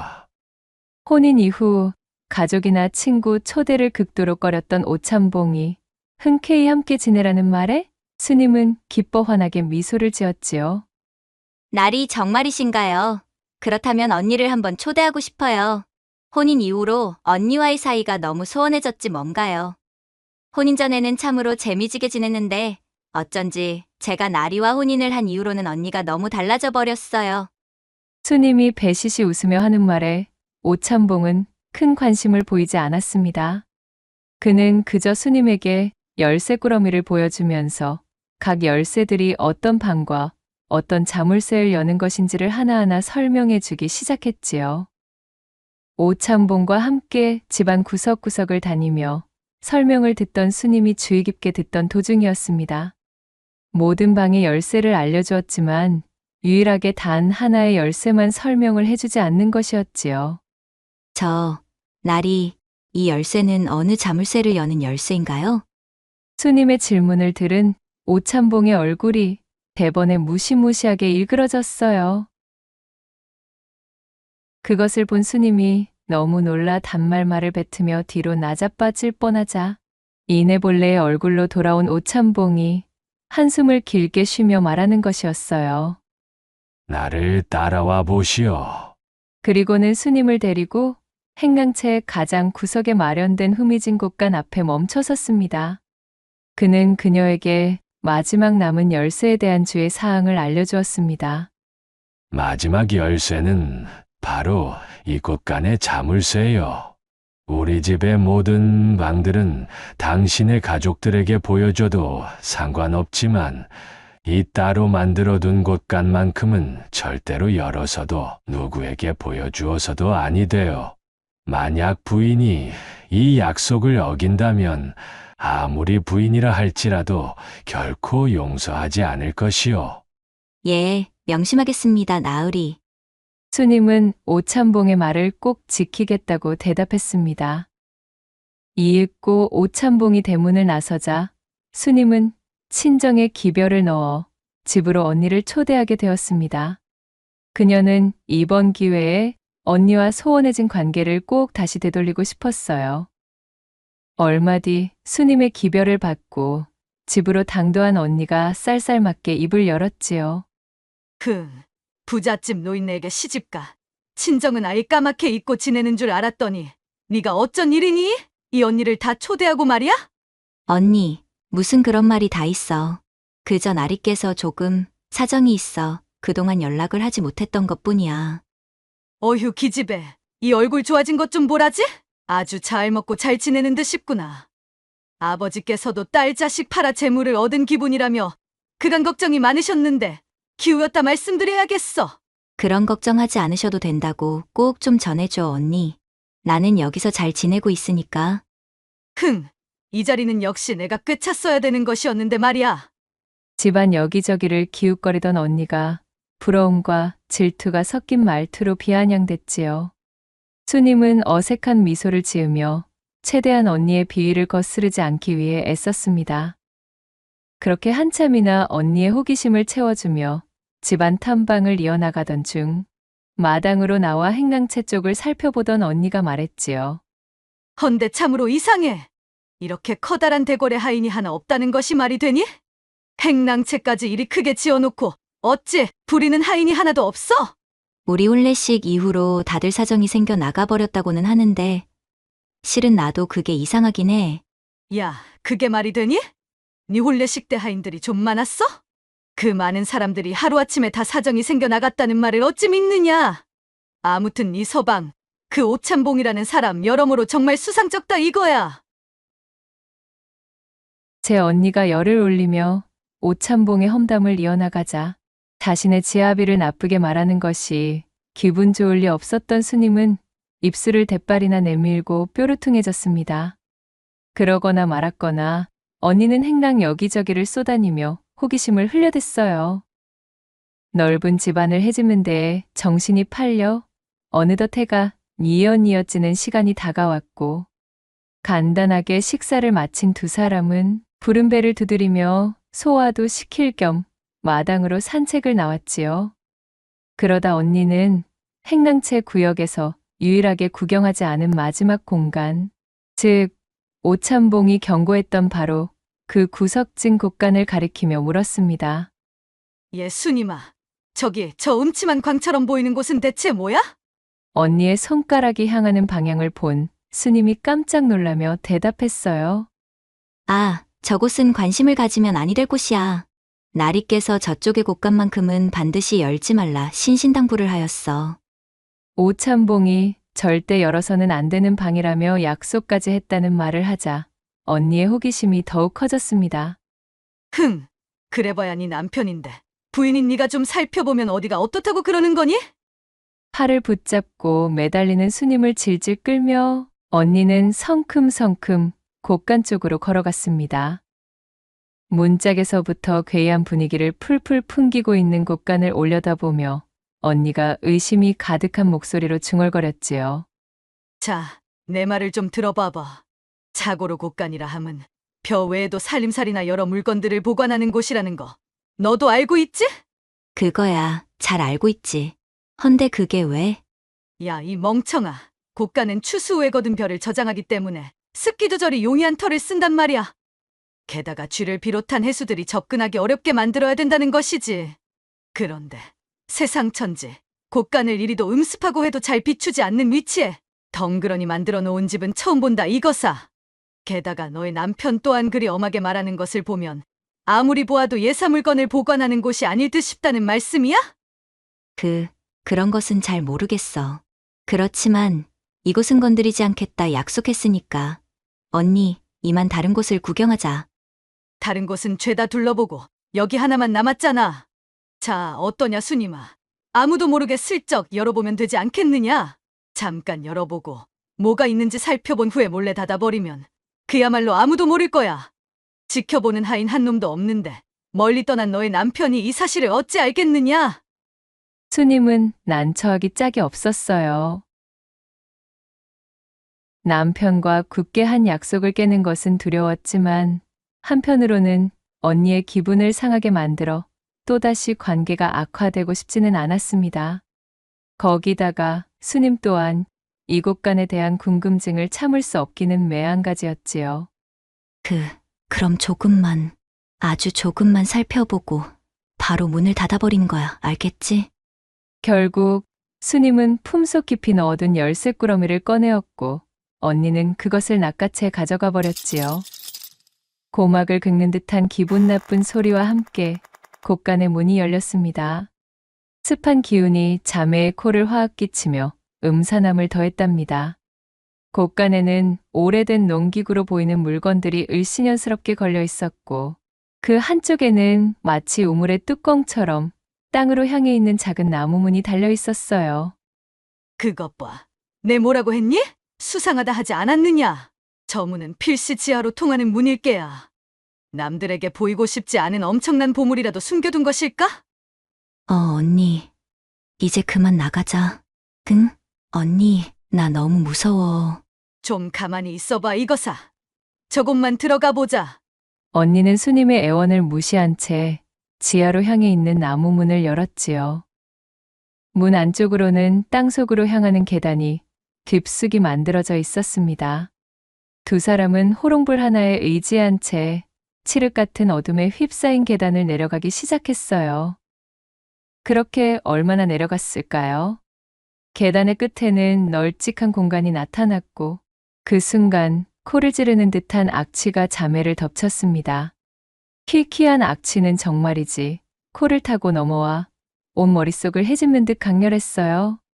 그것은 숨을 쉬기조차 힘들 정도의 역겨운 냄새였습니다.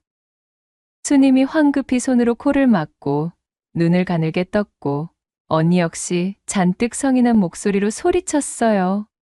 어휴, 세상에나 이게 도대체 무슨 냄새람? 언니가 코를 틀어쥐고 호롱을 들어 안쪽의 공간을 비추었고 그 순간 두 사람은 곳간의 문을 연 것을 뼈저리게 후회하고 말았지요. 어둠 속에서 희미하게 드러난 자매의 시야에는 믿을 수 없는 참혹한 지옥도가 펼쳐지고 있었으니까요. 공간의 천장에는 쇠사슬이 달려 있었고 그 쇠사슬에는 발가벗겨진 여인들의 시신이 주렁주렁 매달려 있었습니다. 그들의 몸은 이미 썩어 문드러져 형체를 알아보기 힘들 정도였어요. 한쪽 구석에는 하인의 차림새를 하고 있는 시신들 또한 널브러져 있었습니다. 시신 중에서는 아직 부패하지 않은 비교적 최근의 것으로 보이는 시신도 있었지요. 바닥은 흥건한 피로 붉게 물들어 있었고 또한 핏물은 이미 말라붙어 끈적거렸습니다. 이 모든 장면들은 정녕 지옥의 한 장면을 연상시키기에 충분했어요. 수님은 숨이 멎을 듯한 충격에 휩싸였습니다. 심장이 미친 듯이 쿵쾅거리고 온몸이 사시나무 떨듯 떨렸지요. 다리에 힘이 풀려 그 자리에 주저앉을 것만 같았습니다. 이게 도대체 무슨... 수님이 넋이 나간 채 중얼거렸습니다. 바로 그때 수님은 그만 충격을 이기지 못하고 제 손에 들고 있던 열쇠를 바닥으로 떨어뜨리고 말았어요. 순임아, 어서 여기서 나가야 해! 언니가 다급하게 외쳤습니다. 그녀의 목소리에 정신을 차린 수님은 쓰러질 듯 힘겹게 몸을 일으켜 열쇠를 주워 들었어요. 두 자매는 혼비백산하며 계단을 올라와 곳간을 빠져나왔습니다. 곳간의 문을 닫고 자물쇠의 빗장을 걸어 잠갔지만 끔찍한 악취와 참혹한 광경은 여전히 머릿속에서 떠나지 않았지요. 수님과 언니는 덜덜 떨리는 손으로 피 묻은 손과 꽃신을 씻기 위해 우물로 향했습니다. 그러다가 열쇠 꾸러미의 마지막 열쇠에 핏자국이 배어 있음을 알아차렸지요. 엄마야, 이걸 어째? 아까 바닥에 떨어뜨렸을 때 묻었나 봐. 수님이 차가운 물로 씻고 또 씻었지만 열쇠에 묻은 핏자국은 아무리 문질러도 지워지지 않았어요. 마치 젖으라도 씌인 것처럼 핏자국은 열쇠에 깊숙이 박혀 문지르면 문지를수록 오히려 더욱 선명해져 영원히 지워지지 않을 것만 같은 기세였지요. 수님은 어쩔 수 없이 피 묻은 열쇠가 보이지 않도록 가지런히 포개어 열쇠 꾸러미를 원래 있던 보관함에 넣어두었습니다. 공포에 잠식당한 수님의 얼굴은 창백함 그 자체였어요. 어쩌면 좋아. 언니, 이제 어쩌면 좋지? 저런 엄청난 광경을 목격하고 말았으니 분명 우릴 가만두지 않을 거야. 세상에, 내 지아비가 살생귀였다니. 내가 살생귀에게 시집을 온 것이었다니. 분명 소문이 무성했던 전부인들과 하인들의 주검일 거야. 그러자 언니가 넋이 나간 수님의 뺨을 거세게 때리며 소리쳤습니다. 예수님아, 정신 차려. 이렇게 있을 때가 아니란다. 이 고을 원님과도 이미 한솥밥을 먹는 사이라 하였으니 관가에 발고해봐야 좋은 꼴을 보지 못할 것이 뻔해. 나는 지금 당장 아버지를 데려올 테니 너는 정신 똑바로 차리고 있어. 아버지와 사람들을 모셔올 동안 너는 아무 일도 없었다는 듯 행동해야 한다. 내 말 무슨 말인지 똑똑히 알겠지? 응? 이대로 우리가 그냥 도망쳐버리면 곳간 속을 들여다보았다고 실토하는 꼴이야. 그러니 아버지를 모셔와 그럴듯한 변명을 대고 잠시 친정에 다녀오겠다 말한 뒤 후일을 도모해보자. 언니는 수님의 어깨를 거세게 흔들며 당부하고는 재차 수님을 다독인 뒤 황급히 집을 빠져나왔습니다. 수님 역시 마음을 단단히 먹고 오참봉이 귀가하기 전 어질러진 주변을 잽싸게 정리하고 자신의 옷도 갈아입었지요. 뭔가 낌새를 알아차린 듯 오참봉은 예정보다 훨씬 일찍 집으로 돌아왔습니다. 그는 수님에게 안부를 묻자마자 대뜸 열쇠 꾸러미부터 찾는 것이었지요. 자, 내가 맡긴 열쇠 꾸러미는 보관함에 잘 넣어두었겠지. 오참봉의 더없이 차갑고 섬뜩한 목소리에 수님은 온몸이 얼어붙는 듯 했답니다. 아, 그것이, 그럼요, 물론이지요. 헌데 어찌 그리 더듬는 것이오? 설마 나와의 약속을 깬 것은 아니겠지? 오참봉의 눈빛은 매우 날카로웠고 수님이 아니라며 떨리는 목소리로 대답했지만 오참봉은 이미 모든 것을 눈치챘다는 듯 고관함을 거칠게 열어젖히더니 열쇠 꾸러미를 꺼내 샅샅이 살펴보았습니다. 이런 망할 것이 내 명을 어기고서 기어이 보았군. 아닙니다. 결코 보지 않았어요. 허면 여기 이 열쇠에 묻은 핏자국은 무엇이오? 억지로 지우려다 더욱 번진 것이 이리도 자명하게 남아있거늘 감히 어디서 거짓말을. 오참봉이 기괴한 미소를 지으며 스님에게 소리쳤지요. 호기심이야말로 새로운 발견의 첩경이나 또한 그 목숨줄을 단축하는 첩경이기도 하지. 그리도 곳간을 열지 말라 일렀거늘 나와의 약속을 어기고 보고야 말았으니 당신도 저 방에 있는 여인들과 같은 꼴로 매달려야겠소.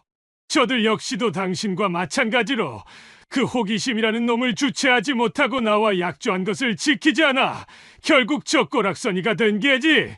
내가 사람을 잡아먹는 도깨비인 것이 밝혀지면 여러모로 곤란하다는 말씀이야.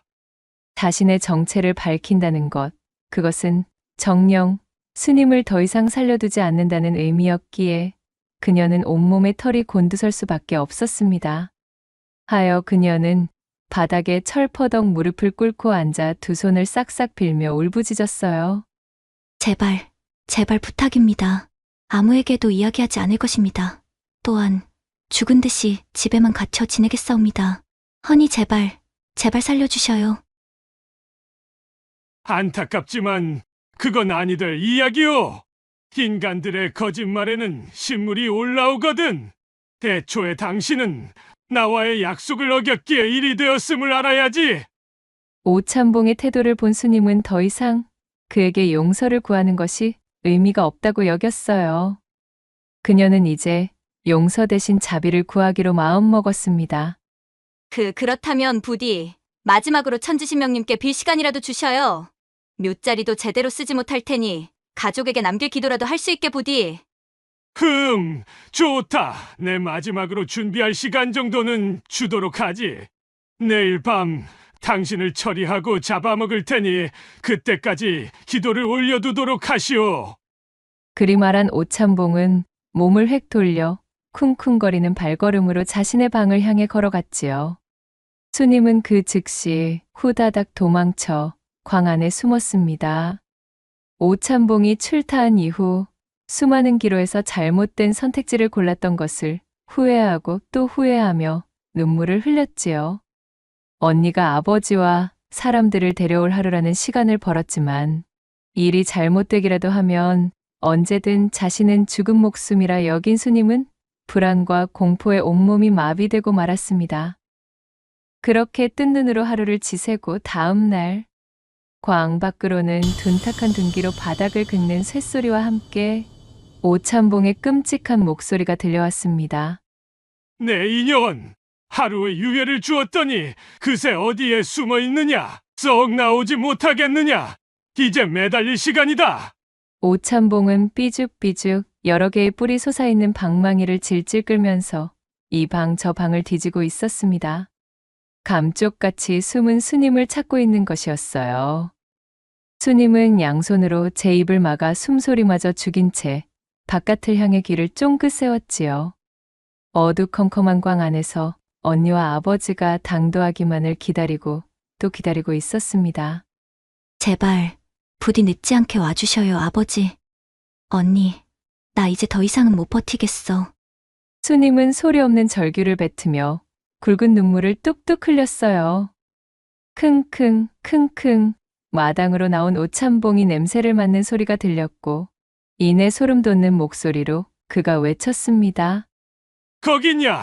거기 숨어 있었구나. 인연이 감히 도깨비를 속이려고. 오참봉은 당장에 내달려 광의 문을 열어젖히려 했어요. 그러나 수님이 안쪽에서 자물쇠를 달아놓고 사슬로 꽁꽁 동여맨 터라 문이 열리지 않았지요. 오참봉은 화가머리 끝까지 뻗쳐 문고리를 방망이로 연신 내리치기 시작했습니다. 마른 하늘에 천둥번개가 내리치듯 오참봉의 방망이가 광의 출입문과 문고리를 내리찍는 소리가 천지를 울렸고 머리를 감싸진 채 절망에 빠진 수님은 거의 까무라치기 직전이 되고 말았지요. 옳거니 열었다. 벌컥 하는 소리와 함께 나무 문이 부서지며 활짝 열리고 말았습니다. 오참봉의 모습을 본 스님은 비명을 지르며 살려달라고 애원했지만 오참봉은 스님의 머리채를 사정없이 잡아 바깥으로 끌고 나갔지요. 나를 이리 애먹이다니. 내년을 죽여 통째로 잡아먹은 뒤 너의 가족까지도 모조리 잡아들여주마.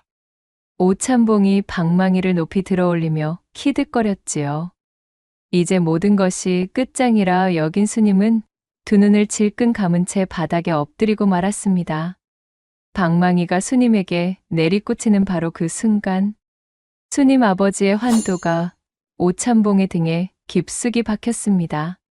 갑작스러운 공격에 오참봉이 뒤를 돌아보니 스님의 언니와 그녀의 아버지 그리고 장정들 여럿이 각각 무기를 꼬나들고 마당에 들어와 있었지요. 이후 몰려든 사람들이 저마다의 무기로 오참봉을 공격하기 시작했고 결국 오참봉은 비명도 지르지 못하고 쓰러지고 말았어요. 한참의 시간이 지난 후 마당에 피어오른 뽀얀 먼지가 걷히자 오참봉이 쓰러진 자리에는 오참봉 대신 윗입술이 하늘에 닿고 아랫입술은 땅에 닿을 정도로 커다란 입을 가진 무시무시한 요괴의 주검이 죽어 있었지요. 거국이다. 사람으로 둔갑해 있던 놈의 정체가 거국이었어. 절체절명의 순간에 목숨을 건진 수님은 그 자리에 주저앉아 오줌을 지리고 말았고 그녀의 언니가 인파에서 뛰쳐나와 수님을 껴안으며 울음을 터뜨렸어요. 순임아, 미안하다. 정말 미안해. 나 때문에 하마터면 너를 잃을 뻔하다니 참으로 내가 바보 같았어.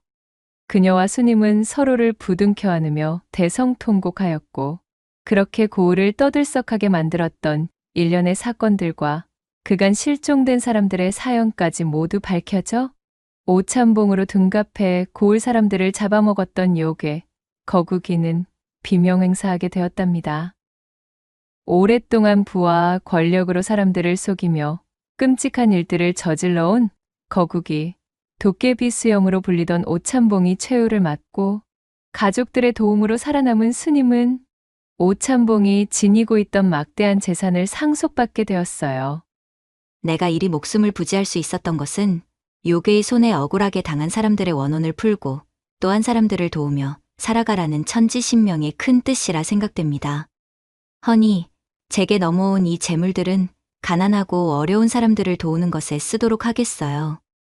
그렇게 선언한 수님은 이후로도 아버지와 언니를 집으로 모신 뒤 그간 오참봉의 그림자에 억눌려 지내온 어려운 이들을 도우며 살았답니다. 또한 그녀의 언니는 자신의 그릇된 시기심이 하마터면 동생을 죽음으로 내몰 뻔한 일을 겪은 이후 그 마음을 고쳐먹어 수님을 끔찍이 여기게 되었고, 수님의 아버지 또한 한때 재물에 눈이 멀어 자신의 딸을 사지로 내몰았다는 죄책감에 눈을 번쩍 떠 수님을 도우며 무력에서 벗어나게 되었으니, 이후 세 사람은 평생을 의롭게 살며 고을을 번영시켰다 후세까지 전해지고 있사옵니다. 낭독해드린 이야기가 마음에 드셨다면 구독과 좋아요, 댓글로 야담상회를 응원해 주셔요.